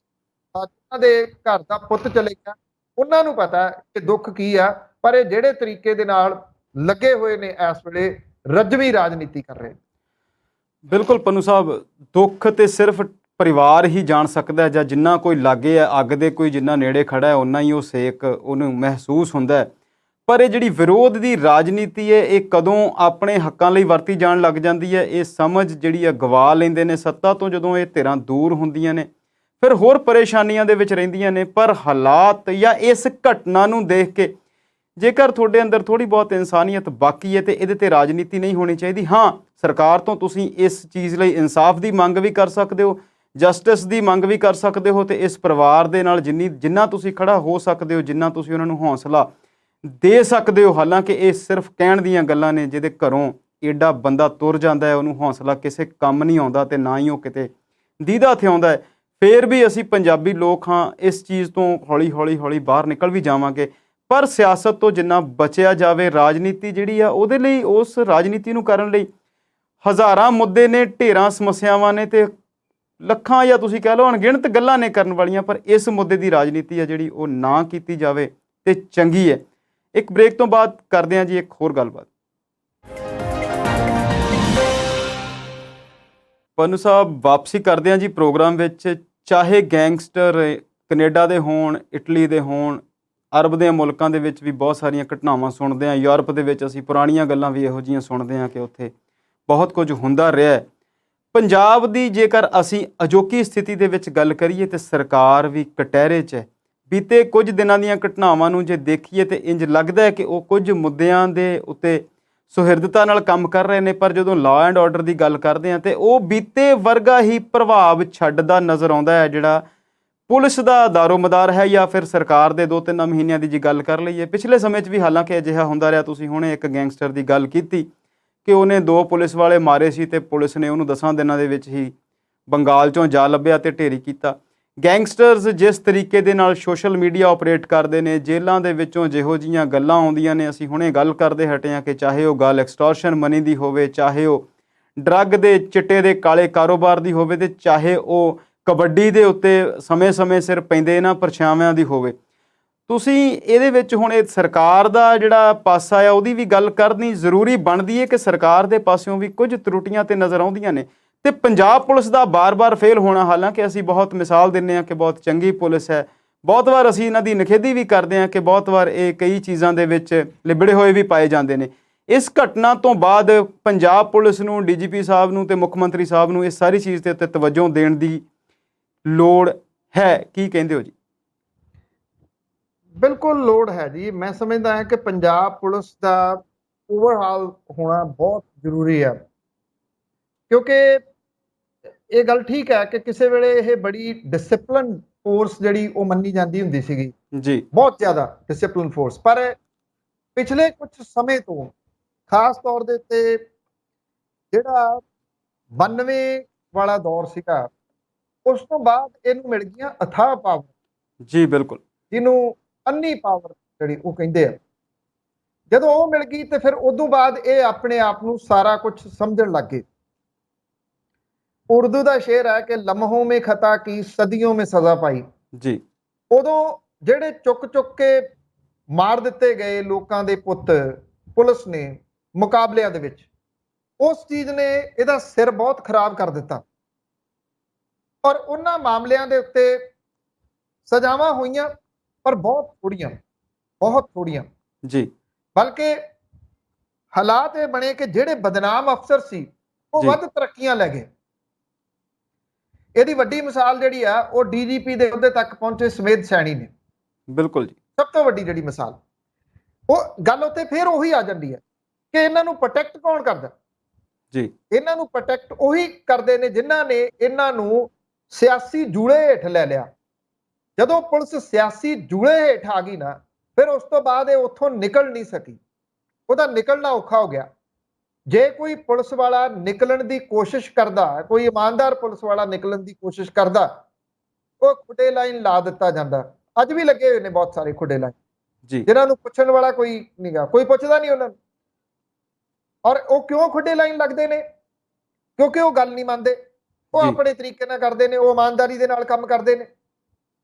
ਪੁਲਿਸ ਦਾ ਜਿਹੜਾ ਇੰਟੈਲੀਜੈਂਸ ਵਿੰਗ ਹੈ, ਉਹਨੂੰ ਸਿਆਸਤਦਾਨਾਂ ਨੇ ਕਿਸ ਚੀਜ਼ ਦੇ ਵਾਸਤੇ ਵਰਤਣਾ ਸ਼ੁਰੂ ਕਰ ਦਿੱਤਾ। ਜੀ ਕੈਪਟਨ ਅਮਰਿੰਦਰ ਸਿੰਘ ਹੋਰੀ ਫਾਈਲਾਂ ਕੀ ਫਿਰਦੇ ਆ, ਕਹਿੰਦੇ ਜੀ ਮੇਰੇ ਕੋਲੇ ਫਾਈਲਾਂ ਨੇ, ਜਦੋਂ ਮੈਂ ਮੁੱਖ ਮੰਤਰੀ ਸੀ ਉਦੋਂ ਮੇਰੇ ਮੰਤਰੀ ਤੇ ਮੇਰੇ ਐਮਐਲਏ ਨਜਾਇਜ਼ ਮਾਈਨਿੰਗ ਦਾ ਕੰਮ ਕਰਦੇ ਸੀ, ਜੀ ਨਜਾਇਜ਼ ਧੰਦਿਆਂ ਦੇ ਵਿੱਚ ਸ਼ਾਮਲ ਸੀਗੇ। ਵੀ ਫਿਰ ਤੁਸੀਂ ਮੁੱਖ ਮੰਤਰੀ ਕਾਹਦੇ? ਜੇ ਉਹ ਨਜਾਇਜ਼ ਮਾਈਨਿੰਗ ਦੇ ਧੰਦਿਆਂ 'ਚ ਸ਼ਾਮਲ ਸੀ, ਨਜਾਇਜ਼ ਕੰਮਾਂ ਦੇ ਵਿੱਚ ਸ਼ਾਮਲ ਸੀਗੇ, ਤੁਸੀਂ ਫਾਈਲਾਂ ਉਹਨਾਂ ਦੀਆਂ ਫਾਈਲਾਂ ਬਣਵਾਈ ਗਏ। ਜੀ ਇੰਟੈਲੀਜੈਂਸ ਵਿੰਗ ਇਸ ਚੀਜ਼ ਦੇ ਉੱਤੇ ਲਾਈ ਰੱਖਿਆ। ਇੰਟੈਲੀਜੈਂਸ ਵਿੰਗ ਜਦੋਂ ਚਾਪਲੂਸੀ ਹੋ ਗਈ ਨਾ, ਫਿਰ ਉਹਦੇ ਵਿੱਚ ਚਾਪਲੂਸੀ ਇਹ ਵੀ ਮੈਂ ਜ਼ਿਆਦਾ ਕੰਮ ਕਰਕੇ ਦੱਸਦਾ ਆਪਣੇ ਆਕਾ ਨੂੰ, ਜੀ ਔਰ ਉਹਦੇ ਕੋਲੋਂ ਵਾਹ ਵਾਹੀ ਸ਼ਾਬਾਸ਼ੀ ਜਿਹੜੀ ਉਹ ਲਊਂਗਾ। ਬਸ ਉਧਰ ਲੱਗ ਗਿਆ ਇੰਟੈਲੀਜੈਂਸ ਵਿੰਗ। ਇੰਟੈਲੀਜੈਂਸ ਵਿੰਗ ਦਾ ਕੰਮ ਜਿਹੜਾ ਸੀਗਾ ਉਹ ਇਹ ਨਹੀਂ ਸੀਗਾ ਕਿ ਉਹਨੇ ਜਿਹੜੇ ਕੋਈ ਕਰਪਟ ਨੇ ਨਿਗਾਹ ਤਾਂ ਰੱਖਣੀ ਆ, ਉਹਦੀਆਂ ਫਾਈਲਾਂ ਬਣਾ ਕੇ ਰਾਜਨੀਤਿਕਾਂ ਨੂੰ ਦੇਣੀਆਂ ਨੇ। ਜਦੋਂ ਫਾਈਲਾਂ ਬਣਾ ਕੇ ਰਾਜਨੀਤਿਕਾਂ ਨੂੰ ਦੇਣ ਲੱਗੇ, ਉਹਨਾਂ ਰਾਜਨੀਤਿਕਾਂ ਨੇ ਅਸਲ ਕੰਮ ਉਹਨਾਂ ਨੂੰ ਪੁੱਛਿਆ ਹੀ ਨਾ ਵੀ ਭਾਈ ਇਸ ਮਾਮਲੇ 'ਚ ਵੀ ਕੁਝ ਕੀਤਾ ਕਿ ਨਹੀਂ ਕੀਤਾ। ਜੀ ਅਜੇ ਨਹੀਂ ਪਤਾ ਇਹ ਕਿ ਜਿਹੜੀ ਸਿੱਧੂ ਮੂਸੇਵਾਲੇ ਦੀ ਹੱਤਿਆ ਹੋਈ ਆ, ਉਹਦੇ ਵਿੱਚ AK-94 ਵਰਤੀ ਗਈ ਆ। ਜੀ ਜੇ ਵਰਤੀ ਗਈ ਆ ਤਾਂ ਇਹ ਆਪਣੇ ਆਪ ਦੇ ਵਿੱਚ ਬਹੁਤ ਗੰਭੀਰ ਹੈ। ਜਿਹੜਾ ਲੇਟੈਸਟ ਤੋਂ ਲੇਟੈਸਟ ਹਥਿਆਰ ਪੰਜਾਬ ਪੁਲਿਸ ਦੇ ਕੋਲੇ ਆ ਉਹ AK-47 ਆ। ਇਹ ਉਹਦੇ ਤੋਂ ਉੱਪਰ ਵਾਲਾ। ਜੀ ਜੇ ਤੁਸੀਂ ਦਿੱਲੀ ਪੁਲਿਸ ਦੇ ਕੰਮਕਾਰ ਦਾ ਤਰੀਕਾ ਦੇਖੋਗੇ, ਖਾਸ ਤੌਰ ਦੇ ਉੱਤੇ ਜਿਹੜਾ ਉਹਦਾ ਸਪੈਸ਼ਲ ਵਿੰਗ ਹੈ, ਜੀ ਉਹ ਇਹਨਾਂ ਮਾਮਲਿਆਂ ਦੇ ਉੱਤੇ ਏਡਾ ਤੇਜ਼ ਹੈ, ਉਹਦੇ ਕੋਲੇ ਇੰਨਾ ਸਮਾਨ ਹੈ ਕਿ ਉਹ ਕਿਸੇ ਨੂੰ ਵੀ ਜਦੋਂ ਚਾਹੁੰਦਾ ਟਰੈਕ ਕਰ ਲੈਂਦਾ ਮਿੰਟਾਂ 'ਚ। ਜੀ ਮਿੰਟੋ ਮਿੰਟੀ ਉਹ ਟਰੈਕ ਕਰ ਲੈਂਦਾ। ਜਿਹੜੇ ਗੈਂਗਸਟਰ ਪਿੱਛੇ ਜੇ ਫੜੇ ਗਏ ਸੀ 12, ਉਹ ਵੀ ਦਿੱਲੀ ਦੇ ਇਸ ਸਪੈਸ਼ਲ ਵਿੰਗ ਨੇ ਫੜੇ ਸੀ। ਜੀ ਇਹ ਪੰਜਾਬ ਪੁਲਿਸ ਵਾਲੇ ਉੱਤੋਂ ਲੈ ਕੇ ਆਏ ਸੀ। ਇੱਕ ਹਮਲਾ ਹੁੰਦਾ ਇੱਥੇ ਮੁਹਾਲੀ ਦੇ ਵਿੱਚ ਇੰਟੈਲੀਜੈਂਸ ਵਿੰਗ ਦੇ ਦਫ਼ਤਰ ਦੇ ਉੱਤੇ। ਹੈਰਾਨਗੀ ਦੀ ਗੱਲ ਹੈ ਕਿ ਉਦੋਂ ਵੱਡਾ ਕੀ ਚੈਲੰਜ ਹੈਗਾ ਸੀ ਇਹਨਾਂ ਦੇ ਵਾਸਤੇ ਜੀ ਕਿ ਇੱਕ ਲੰਡਾ ਜਿਹੜਾ ਬੈਠਾ ਕੈਨੇਡਾ ਦੇ ਵਿੱਚ, ਉਹ ਇੱਥੇ ਜਿਹੜੇ ਵੀ ਤਰੀਕੇ ਨਾਲ ਉਹ ਮੈਨੇਜ ਕਰਦਾ, ਲੇਟੈਸਟ ਹਥਿਆਰ ਦੇ ਨਾਲ ਹਮਲਾ ਕਰਦਾ। ਔਰ ਇਹ ਜਿਹੜੇ ਉਹਨਾਂ ਨੂੰ ਹਥਿਆਰ ਸਪਲਾਈ ਕਰਨ ਵਾਲੇ ਸੀ, ਉਹਨਾਂ ਨੂੰ ਫੜ ਕੇ ਇਹ ਕਹਿੰਦੇ ਵੀ ਮਾਮਲਾ ਹੋ ਗਿਆ ਜੀ ਠੰਡਾ। ਉਹ ਚੈਲੰਜ ਸੀ ਇਹਨਾਂ ਦੇ ਵਾਸਤੇ, ਇੰਟੈਲੀਜੈਂਸ ਵਿੰਗ ਦੇ ਵਾਸਤੇ ਚੈਲੰਜ ਸੀਗਾ ਕਿ ਤੁਸੀਂ ਇੰਟੈਲੀਜੈਂਸੀ ਕਿਸ ਚੀਜ਼ ਦੀ ਕਰ ਰਹੇ ਹੋ। ਜੀ ਤੁਹਾਡੇ ਕੋਲੇ ਟਰੈਕ ਕਰਨ ਦੇ ਵਾਸਤੇ ਹਰ ਚੀਜ਼ ਮੌਜੂਦ ਹੈ। ਸਾਈਬਰ ਕ੍ਰਾਈਮ ਕਿੱਥੇ ਆ ਅੱਜ? ਜਿਹੜਾ ਸਾਈਬਰ ਕ੍ਰਾਈਮ ਦਾ ਵਿੰਗ, ਜੋ ਗੰਦ ਸੋਸ਼ਲ ਮੀਡੀਆ ਦੇ ਉੱਤੇ ਫੇਕ ਆਈਡੀਆਂ ਵਾਲੇ ਪਾ ਰਹੇ ਆ, ਸਾਈਬਰ ਕ੍ਰਾਈਮ ਤਾਂ ਸੁਸਰੀ ਹੋਇਆ ਬੈਠਾ ਕਿਸੇ ਦੇ ਉੱਤੇ ਗਲਤ ਪਰਚਾ ਦਰਜ ਕਰਨਾ ਹੋਵੇ ਤੇ 1 ਮਿੰਟ ਲਾਉਣਗੇ ਉਹਦੇ ਉੱਤੇ ਪਰਚਾ ਦਰਜ ਕਰਨ ਦੇ ਵਾਸਤੇ। ਸਾਈਬਰ ਕ੍ਰਾਈਮ ਨੂੰ ਪਤਾ ਹੀ ਨਹੀਂਗਾ ਕਿ ਉਹ ਕੀ ਲਿਖੀ ਜਾ ਰਿਹਾ, ਉਹ ਸਰਕਾਰਾਂ ਦੇ ਬਾਰੇ ਚ ਕੀ ਲਿਖ ਰਿਹਾ, ਉਹ ਮੰਤਰੀਆਂ ਦੇ ਬਾਰੇ ਚ ਕੀ ਲਿਖ ਰਿਹਾ, ਉਹ ਕੈਸੇ ਜਿਹੜੇ ਉਹ ਸਵਾਲ ਖੜੇ ਕਰ ਰਿਹਾ। ਕਿੱਥੇ ਨੇ ਇਹਨਾਂ ਦੇ ਅਫਸਰ ਜਿਹੜੇ ਸਾਈਬਰ ਕ੍ਰਾਈਮ ਦੇ ਲਾਏ ਹੋਏ ਨੇ? ਉਹ ਮਹਿਜ਼ ਆਪਣੀਆਂ ਬਦਲੀਆਂ ਦੇ ਵਿੱਚ ਲੱਗੇ ਹੋਏ ਨੇ ਕਿ ਅਸੀਂ ਕਿਹੜਾ ਉੱਚ ਅਹੁਦਾ ਜਿਹੜਾ ਪ੍ਰਾਪਤ ਕਰਦੇ ਆ ਜੀ। ਜੇ ਮੁਹਾਲੀ ਵਾਲੇ ਮਾਮਲੇ ਦੇ ਵਿੱਚ ਟਰੈਕ ਕਰ ਲਿਆ ਹੁੰਦਾ ਸਾਰਾ ਕੁਝ ਤੇ ਸ਼ਾਇਦ ਇੱਥੇ ਇਹ ਜਿਹੜਾ ਇੰਟੈਲੀਜੈਂਸ ਵਿੰਗ ਆ ਉਹ ਫੇਲ ਨਾ ਹੁੰਦਾ। ਜੇ ਸਿੱਧੂ ਮੂਸੇਵਾਲੇ ਨੂੰ ਧਮਕੀਆਂ ਮਿਲ ਰਹੀਆਂ ਸੀਗੀਆਂ, ਜੇ ਉਹ ਇਹਦੀ ਰਿਪੋਰਟ ਪੁਲਿਸ ਨੂੰ ਕਰ ਰਿਹਾ ਸੀ ਜੀ, ਤੇ ਇੱਕ ਬਹੁਤ ਵੱਡਾ ਸਵਾਲ ਹੈ ਕਿ ਉਹਦੇ ਉੱਤੇ ਗੰਭੀਰਤਾ ਦੇ ਨਾਲ ਵਿਚਾਰ ਕਿਉਂ ਨਹੀਂ ਕੀਤਾ ਗਿਆ, ਉਹਦੀ ਸਿਕਿਉਰਿਟੀ ਦੇ ਉੱਤੇ ਕਿਉਂ ਨਹੀਂ ਵਿਚਾਰ ਕੀਤਾ ਗਿਆ ਜੀ। ਉਹ ਆਫਟਰ ਆਲ ਜੇ ਕੋਈ ਇਹ ਕਹਿੰਦਾ ਕਿ ਮੈਨੂੰ ਧਮਕੀ ਮਿਲੀ ਆ, ਮੰਨ ਲਓ ਉਹ ਇਹ ਗੱਲ ਕਹਿੰਦਾ ਤੇ ਉਹ ਕੋਈ ਪ੍ਰੂਫ ਤਾਂ ਦਿਖਾਊਗਾ ਨਾ ਧਮਕੀ ਉਹਨੂੰ ਕਿੱਥੋਂ ਆਈ ਆ, ਕਿਹਨੇ ਧਮਕੀ ਦਿੱਤੀ ਆ। ਨੰਬਰ ਜਿਹੜਾ ਚਲੋ ਠੀਕ ਹੈ ਕਿ ਐਪ ਦੇ ਉੱਤੇ ਜਿਹੜੇ ਚੱਲਦੇ ਨੇ ਅੱਜ ਕੱਲ ਐਪ ਉਹਨਾਂ ਦੇ ਉੱਤੇ ਆਇਆ ਹੋਊਗਾ, ਪਰ ਆਫਟਰ ਆਲ ਉਹਦੇ ਤੋਂ ਜਿਹੜਾ ਇੰਟੈਲੀਜੈਂਸ ਵਿੰਗ ਆ ਉਹ ਲੱਭ ਤਾਂ ਸਕਦਾ ਨਾ ਕੌਣ ਹੈ, ਕਿੱਥੇ ਰਹਿੰਦਾ। ਆਪਾਂ ਨੂੰ ਪੱਤਰਕਾਰਾਂ ਨੂੰ ਇਹ ਪਤਾ ਕਿ ਜਿਹੜਾ ਗੈਂਗਸਟਰ ਬਾਹਰੋਂ ਆਪਰੇਟ ਕਰਦੇ ਆ ਉਹ ਕਿੱਥੇ ਰਹਿ ਰਹੇ ਆ, ਉਹ ਕਿਹਦੇ ਫਲੈਟ ਦੇ ਵਿੱਚ ਰਹਿੰਦੇ ਆ, ਉਹ ਕਿਵੇਂ ਆਪਰੇਟ ਕਰਦੇ ਆ। ਸਵਾਲ ਇਹ ਆ ਚਾਹੇ ਉਹ ਲੰਡਾ ਹੈ ਤੇ ਚਾਹੇ ਆ ਜਿਹੜਾ ਹੁਣ ਜਿਹੜਾ ਗੋਲਡੀ ਬਰਾੜ ਹੈ, ਇਹ ਪਾਸਪੋਰਟ ਤਾਂ ਇੱਥੋਂ ਲੈ ਕੇ ਗਏ ਆ ਨਾ ਜੀ। ਇਹਨਾਂ ਨੂੰ ਪਾਸਪੋਰਟ ਕਿਵੇਂ ਇਸ਼ੂ ਹੋ ਗਏ? ਇਹ ਇੱਥੇ ਗੈਂਗਸਟਰ ਦੇ ਤੌਰ ਦੇ ਉੱਤੇ ਪੂਰੇ ਰਿਕਾਰਡ ਦੇ ਵਿੱਚ ਸਨ। ਜੇ ਰਿਕਾਰਡ ਦੇ ਵਿੱਚ ਸਨ ਤੇ ਪਾਸਪੋਰਟ ਕਿਹਨੇ ਦਿੱਤੇ? ਆਈ ਥਿੰਕ ਇਹ ਜਾਂਚ ਦਾ ਘੇਰਾ ਤਾਂ ਪਛਾਣ ਵੱਲ ਨੂੰ ਜਾਣਾ ਚਾਹੀਦਾ ਨਾ ਜੀ। ਜਿਹੜੇ ਅਫਸਰਾਂ ਨੇ ਇਹਨਾਂ ਨੂੰ ਪਾਸਪੋਰਟ ਬਣਾ ਕੇ ਦਿੱਤੇ, ਜਿਨ੍ਹਾਂ ਨੇ ਇਹਨਾਂ ਦੀ ਪੁਲਿਸ ਵੈਰੀਫਿਕੇਸ਼ਨ ਕੀਤੀ ਜੀ, ਉਹਨਾਂ ਨੂੰ ਕਟਹਿਰੇ 'ਚ ਲਿਆਂਦਾ ਜਾਵੇ। ਉਹਨਾਂ ਨੇ ਕਿਵੇਂ ਇਹ ਸਾਰਾ ਕੁਝ ਕਰ ਦਿੱਤਾ? ਇਹ ਇੰਟੈਲੀਜੈਂਸ ਵਿੰਗ ਦਾ ਕੰਮ ਸੀ। ਇੰਟੈਲੀਜੈਂਸ ਵਿੰਗ ਕਿਸੇ ਵੇਲੇ ਆਪਣੇ ਬਹੁਤ ਸਾਰੇ ਮੁਖਬਰਾਂ ਦੇ ਉੱਤੇ ਡਿਪੈਂਡ ਹੁੰਦਾ ਸੀ ਜੀ। ਅੱਜ ਕੱਲ ਹੈ ਹੀ ਨਹੀਂ ਇਹਨਾਂ ਦੇ ਕੋਲੇ ਮੁਖਬਰ, ਕਿਉਂਕਿ ਉਹ ਮੁਖਬਰ ਕਿਹੋ ਜਿਹੇ ਹੁੰਦੇ ਸਨ ਜਿਹੜੇ ਆਮ ਲੋਕਾਂ ਦੇ ਵਿੱਚ ਵਿਚਰਦਾ ਸਨ। ਇਹ ਸਮਝਦੇ ਆ ਕਿ ਅਸੀਂ ਤਾਂ ਜੀ WhatsApp ਦੇ ਉੱਤੇ ਬੰਦਾ ਫੜ ਲੈਂਦੇ ਆ ਜਾਂ ਅਸੀਂ Facebook ਦੇ ਰਾਹੀਂ ਬੰਦਾ ਫੜ ਲੈਂਦੇ ਆ। ਜਿਹੜੇ ਕ੍ਰਾਈਮ ਕਰਨ ਵਾਲੇ ਨੇ ਨਾ ਉਹ ਪੁਲਿਸ ਤੋਂ ਕਈ ਪੈਰ ਅਗਾਂਹ ਨੇ, ਉਹ ਇੰਟੈਲੀਜੈਂਸ ਤੋਂ ਕਈ ਪੈਰ ਅਗਾਂਹ ਨੇ। ਜੇ ਇੰਟੈਲੀਜੈਂਸ ਵਿੰਗ ਸਟਰੋਂਗ ਨਾ ਕੀਤਾ ਗਿਆ ਪੰਜਾਬ ਪੁਲਿਸ ਦਾ, ਅਜਿਹੀਆਂ ਘਟਨਾਵਾਂ ਹੋਰ ਵਾਪਰਨਗੀਆਂ ਜੀ। ਔਰ ਜਿਹੜੀਆਂ ਘਟਨਾਵਾਂ ਨੇ ਉਹ ਫਿਰ ਕਾਬੂ ਕਰਨੀਆਂ ਔਖੀਆਂ ਹੋ ਜਾਣਗੀਆਂ। 2-3 ਚੀਜ਼ਾਂ ਦੇ ਉੱਤੇ ਤੁਰੰਤ ਸਰਕਾਰ ਨੂੰ ਕੰਮ ਕਰਨਾ ਹੀ ਪਊਗਾ। ਇੱਕ ਤਾਂ ਇਹ ਜਿਹੜਾ ਇਹ ਇੰਟੈਲੀਜੈਂਸ ਵਿੰਗ ਹੈ ਉਹਦੇ ਉੱਤੇ, ਤੇ ਸਾਈਬਰ ਕ੍ਰਾਈਮ ਵਾਲਾ ਜਿਹੜਾ, ਕਿਉਂਕਿ ਇਹ ਦੋ ਚੀਜ਼ਾਂ ਦਾ ਆਪਸ ਦੇ ਵਿੱਚ ਮੇਲ ਹੈ। ਉਹ ਇੰਟੈਲੀਜੈਂਸ ਫੇਲ ਹੋ ਜਾਂਦੀ ਆ, ਸਾਈਬਰ ਕ੍ਰਾਈਮ ਦੇ ਉੱਤੇ ਲੋਕਾਂ ਨੂੰ ਸਾਈਬਰ ਦੇ ਰਾਹੀਂ ਗਲਤ ਪੋਸਟਾਂ ਪਾ ਕੇ, ਗਲਤ ਮੈਸੇਜ ਜਿਹੜੇ ਉਹ ਦੇ ਕੇ ਲੋਕਾਂ ਦਾ ਧਿਆਨ ਹੋਰ ਪਾਸੇ ਡਾਈਵਰਟ ਕਰ ਦਿੱਤਾ ਜਾਂਦਾ ਤੇ ਉਹ ਵਾਰਦਾਤ ਨੂੰ ਅੰਜਾਮ ਜਿਹੜੇ ਕ੍ਰਿਮੀਨਲ ਲੋਕ ਨੇ ਉਹ ਦੇ ਦਿੰਦੇ। ਜੇ ਇਹ ਚੀਜ਼ਾਂ ਤੁਰੰਤ ਇਹਦੇ ਉੱਤੇ ਕੰਮ ਕਰਕੇ ਇਹਨਾਂ ਨੂੰ ਸਟਰੋਂਗ ਨਾ ਕੀਤਾ ਗਿਆ ਤਾਂ ਅਜਿਹੇ ਮਰਡਰ ਜਿਹੜੇ ਉਹ ਹੋਰ ਹੋ ਸਕਦੇ ਆ। ਹੁਣ ਜਿਹੜੇ ਤਰੀਕੇ ਦੇ ਨਾਲ ਉਹ ਮਨਕੀਰਤ ਔਲਖ ਦਾ ਨਾਮ ਤੁਰਿਆ ਆਉਂਦਾ ਹੈ, ਕਰਤਾਰ ਚੀਮੇ ਦੀ ਇਨਵੋਲਵਮੈਂਟ ਉਹਦੇ ਵਿੱਚ ਜਿਹੜੀ ਉਹਨੂੰ ਫੜ ਲਿਆ ਜਾ ਕੇ। ਮਨਕੀਰਤ ਔਲਖ ਦਾ ਜਿਹੜਾ ਮੈਨੇਜਰ ਹੈ ਉਹਦਾ ਨਾਮ ਆ ਗਿਆ, ਪਹਿਲਾਂ ਸਿੱਧੂ ਮੂਸੇਵਾਲੇ ਦੇ ਮੈਨੇਜਰ ਦਾ ਨਾਮ ਆਇਆ ਸੀਗਾ ਵਿੱਕੀ ਮਿੱਟੂ ਖੇੜਾ ਵਾਲੇ ਮਾਮਲੇ ਦੇ ਉੱਤੇ। ਇਹ ਸਮਝ ਨਹੀਂ ਪੈ ਰਹੀ ਇਹ ਸਾਡੀ ਐਂਟਰਟੇਨਮੈਂਟ ਇੰਡਸਟਰੀ, ਸਾਡਾ ਇੰਟੈਲੀਜੈਂਸ ਵਿੰਗ, ਸਾਡਾ ਸਾਈਬਰ ਕ੍ਰਾਈਮ ਵਿੰਗ ਜਿਹੜਾ ਜੀ, ਇਹ ਕਿਹੋ ਜਿਹੀ ਤਸਵੀਰ ਪੰਜਾਬ ਦੀ ਬਣਾਉਂਦੇ ਤੁਰੇ ਜਾ ਰਹੇ ਨੇ। ਬਿਲਕੁਲ ਪੰਨੂ ਸਾਹਿਬ, ਇੰਟੈਲੀਜੈਂਸ ਦੇ ਦਫ਼ਤਰ ਦੇ ਉੱਤੇ ਹਮਲਾ ਹੋ ਜਾਣਾ ਤੇ ਬਿਲਕੁਲ ਕੀੜੇ ਮਾਰ ਦਵਾਈ 'ਚ ਕੀੜੇ ਪੈਣ ਵਾਲੀ ਗੱਲ ਹੈ ਜੀ। ਤੇ ਜਦੋਂ ਤੁਸੀਂ ਸਾਈਬਰ ਕ੍ਰਾਈਮ ਦੀ ਗੱਲ ਕਰਦੇ ਆ ਤੇ ਮੈਨੂੰ ਫਿਰ ਉਹ ਘਟਨਾਵਾਂ ਪਿਛਲੇ ਸਾਲ ਦੀਆਂ ਯਾਦ ਆਉਂਦੀਆਂ ਨੇ, ਜਦੋਂ ਪੈਗਾਸਸ ਨਾਂ ਦੇ ਸੌਫਟਵੇਅਰ ਦਾ ਬੜਾ ਰੌਲਾ ਪਿਆ ਸੀ। ਜੇ ਕੇਂਦਰ ਸਰਕਾਰ ਨੇ ਉੱਥੇ 100 ਕਰੋੜਾਂ ਰੁਪਏ ਖਰਚੇ ਨੇ ਤੇ ਫਿਰ ਉਹ ਪੁਲਿਸ ਨੂੰ ਦੇ ਦੇਣਾ ਚਾਹੀਦਾ, ਉਹਦੀ ਵਰਤੋਂ ਉਹਨੂੰ ਨਿਯਮਿਤ ਬਣਾ ਕੇ ਕੁਛ ਉਹਦੇ 'ਚ ਸਿਸਟਮ 'ਚ ਸੋਧ ਕਰ ਲਈ ਜਾਵੇ ਤਾਂ ਜੋ ਇਹੋ ਜਿਹੀਆਂ ਚੀਜ਼ਾਂ ਦੀ ਰਾਖੀ ਕੀਤੀ ਜਾ ਸਕੇ, ਬਜਾਏ ਇਸ ਦੇ ਕਿ ਤੁਸੀਂ ਸੁਪਰੀਮ ਕੋਰਟ ਦੇ ਕਿਸੇ ਜੱਜ ਦੇ ਸਟਾਫ ਦੀ ਰਾਖੀ ਕਰਨੀ ਹੈ ਜਾਂ ਪੱਤਰਕਾਰਾਂ ਦੀ ਰਾਖੀ ਕਰਨੀ ਹੈ। ਮੁੱਦਾ ਬਹੁਤ ਗੰਭੀਰ ਹੈ, ਮਨ ਬਹੁਤ ਉਦਾਸ ਹੈ, ਦੁਖੀ ਹੈ, ਕਿਉਂਕਿ ਜਵਾਨ ਜਿਹੜੀ ਮੌਤ ਹੈ ਉਹਨੂੰ ਜਰਨਾ ਪੰਜਾਬ ਨੇ ਜਿੰਨਾ ਲੰਬਾ ਦੇਖਿਆ ਤੁਸੀਂ ਉਹ ਜਿਹੜੀ ਗੱਲ ਕੀਤੀ ਕਿ ਬਲਦੀ ਦੇ ਬੂਥੇ ਆਉਣ ਵਾਲੀ ਗੱਲ ਹੋਈ ਪਈ ਹੈ, ਹਾਲਾਤ ਬਹੁਤ ਗੰਭੀਰ ਨੇ, ਸਰਕਾਰਾਂ ਨੂੰ ਇਹਦੇ ਬਾਰੇ ਸੋਚਣਾ ਪਵੇਗਾ। ਬੇਸ਼ੱਕ ਅਸੀਂ ਸੋਚਦੇ ਹਾਂ ਕਿ ਨਵੀਂ ਸਰਕਾਰ ਬਣੀ ਹੈ, ਚੰਗੇ ਕੰਮ ਕਰ ਰਹੀ ਹੈ, ਪਰ ਇਹਨਾਂ ਨੂੰ ਵੀ ਇਸ ਗੱਲ ਵਾਲੇ ਪਾਸੇ ਆਉਣਾ ਪਵੇਗਾ ਕਿ ਜੇ ਤੁਸੀਂ ਕਿਸੇ ਦੀ ਸਿਕਿਉਰਿਟੀ ਘੱਟ ਕਰ ਰਹੇ ਹੋ, ਕਿਸੇ ਦੀ ਸਿਕਿਉਰਿਟੀ ਬੰਦ ਕਰ ਰਹੇ ਹੋ, ਤੇ ਇਹਨਾਂ ਚੀਜ਼ਾਂ ਤੋਂ ਮਾਈਲੇਜ ਲੈ ਕੇ, ਇਸ਼ਤਿਹਾਰ ਲੈ ਕੇ ਜਾਂ ਇਹਨਾਂ ਚੀਜ਼ਾਂ ਨੂੰ ਵੀ ਸਰਵਜਨਕ ਕਰਕੇ ਤੁਸੀਂ ਕਿਸੇ ਨੂੰ ਅਨਸਿਕਿਉਰ ਕਰਨ ਦੀ ਕੋਸ਼ਿਸ਼ ਨਾ ਕਰੋ। ਕਿ ਜਿਵੇਂ ਪੰਨੂ ਸਾਹਿਬ ਨੇ ਹੁਣੇ ਦੱਸਿਆ ਕਿ ਤੁਸੀਂ ਹਥਿਆਰ ਲੈ ਕੇ ਅਨਸੇਫ ਹੋ, ਕਿਉਂਕਿ ਪਤਾ ਨਹੀਂ ਕਿਹੜੀ ਅੱਖ ਤੁਹਾਨੂੰ ਕਿਸ ਨਜ਼ਰੀਏ ਨਾਲ ਦੇਖ ਰਹੀ ਹੈ। ਪ੍ਰੋਗਰਾਮ ਨੂੰ ਵਿਰਾਮ ਦਿੰਦੇ ਹਾਂ ਤੇ ਅਗਲੀ ਵਾਰ ਕੁਝ ਹੋਰ ਮੁੱਦਿਆਂ ਤੇ ਚਰਚਾ ਕਰਾਂਗੇ, ਤੇ ਇਸ ਗੱਲ ਦੀ ਫਿਰ ਇੱਕ ਵਾਰ ਕਾਮਨਾ ਕਰਦੇ ਹਾਂ, ਅਰਦਾਸ ਵੀ ਕਰਦੇ ਹਾਂ ਕਿ ਇਹ ਕਤਲ ਆਖਰੀ ਹੋਵੇ, ਕਿਉਂਕਿ ਇਹਦਾ ਦੁੱਖ ਝੱਲਣਾ ਹੀ ਮਾਪਿਆਂ ਲਈ ਤੇ ਸਾਡੇ ਸਾਰਿਆਂ ਲਈ ਬਹੁਤ ਮੁਸ਼ਕਲ ਹੈ। ਪੰਨੂ ਸਾਹਿਬ ਬਹੁਤ ਬਹੁਤ ਧੰਨਵਾਦ, ਸ਼ੁਕਰੀਆ ਜੀ। ਬਹੁਤ ਮਿਹਰਬਾਨੀ।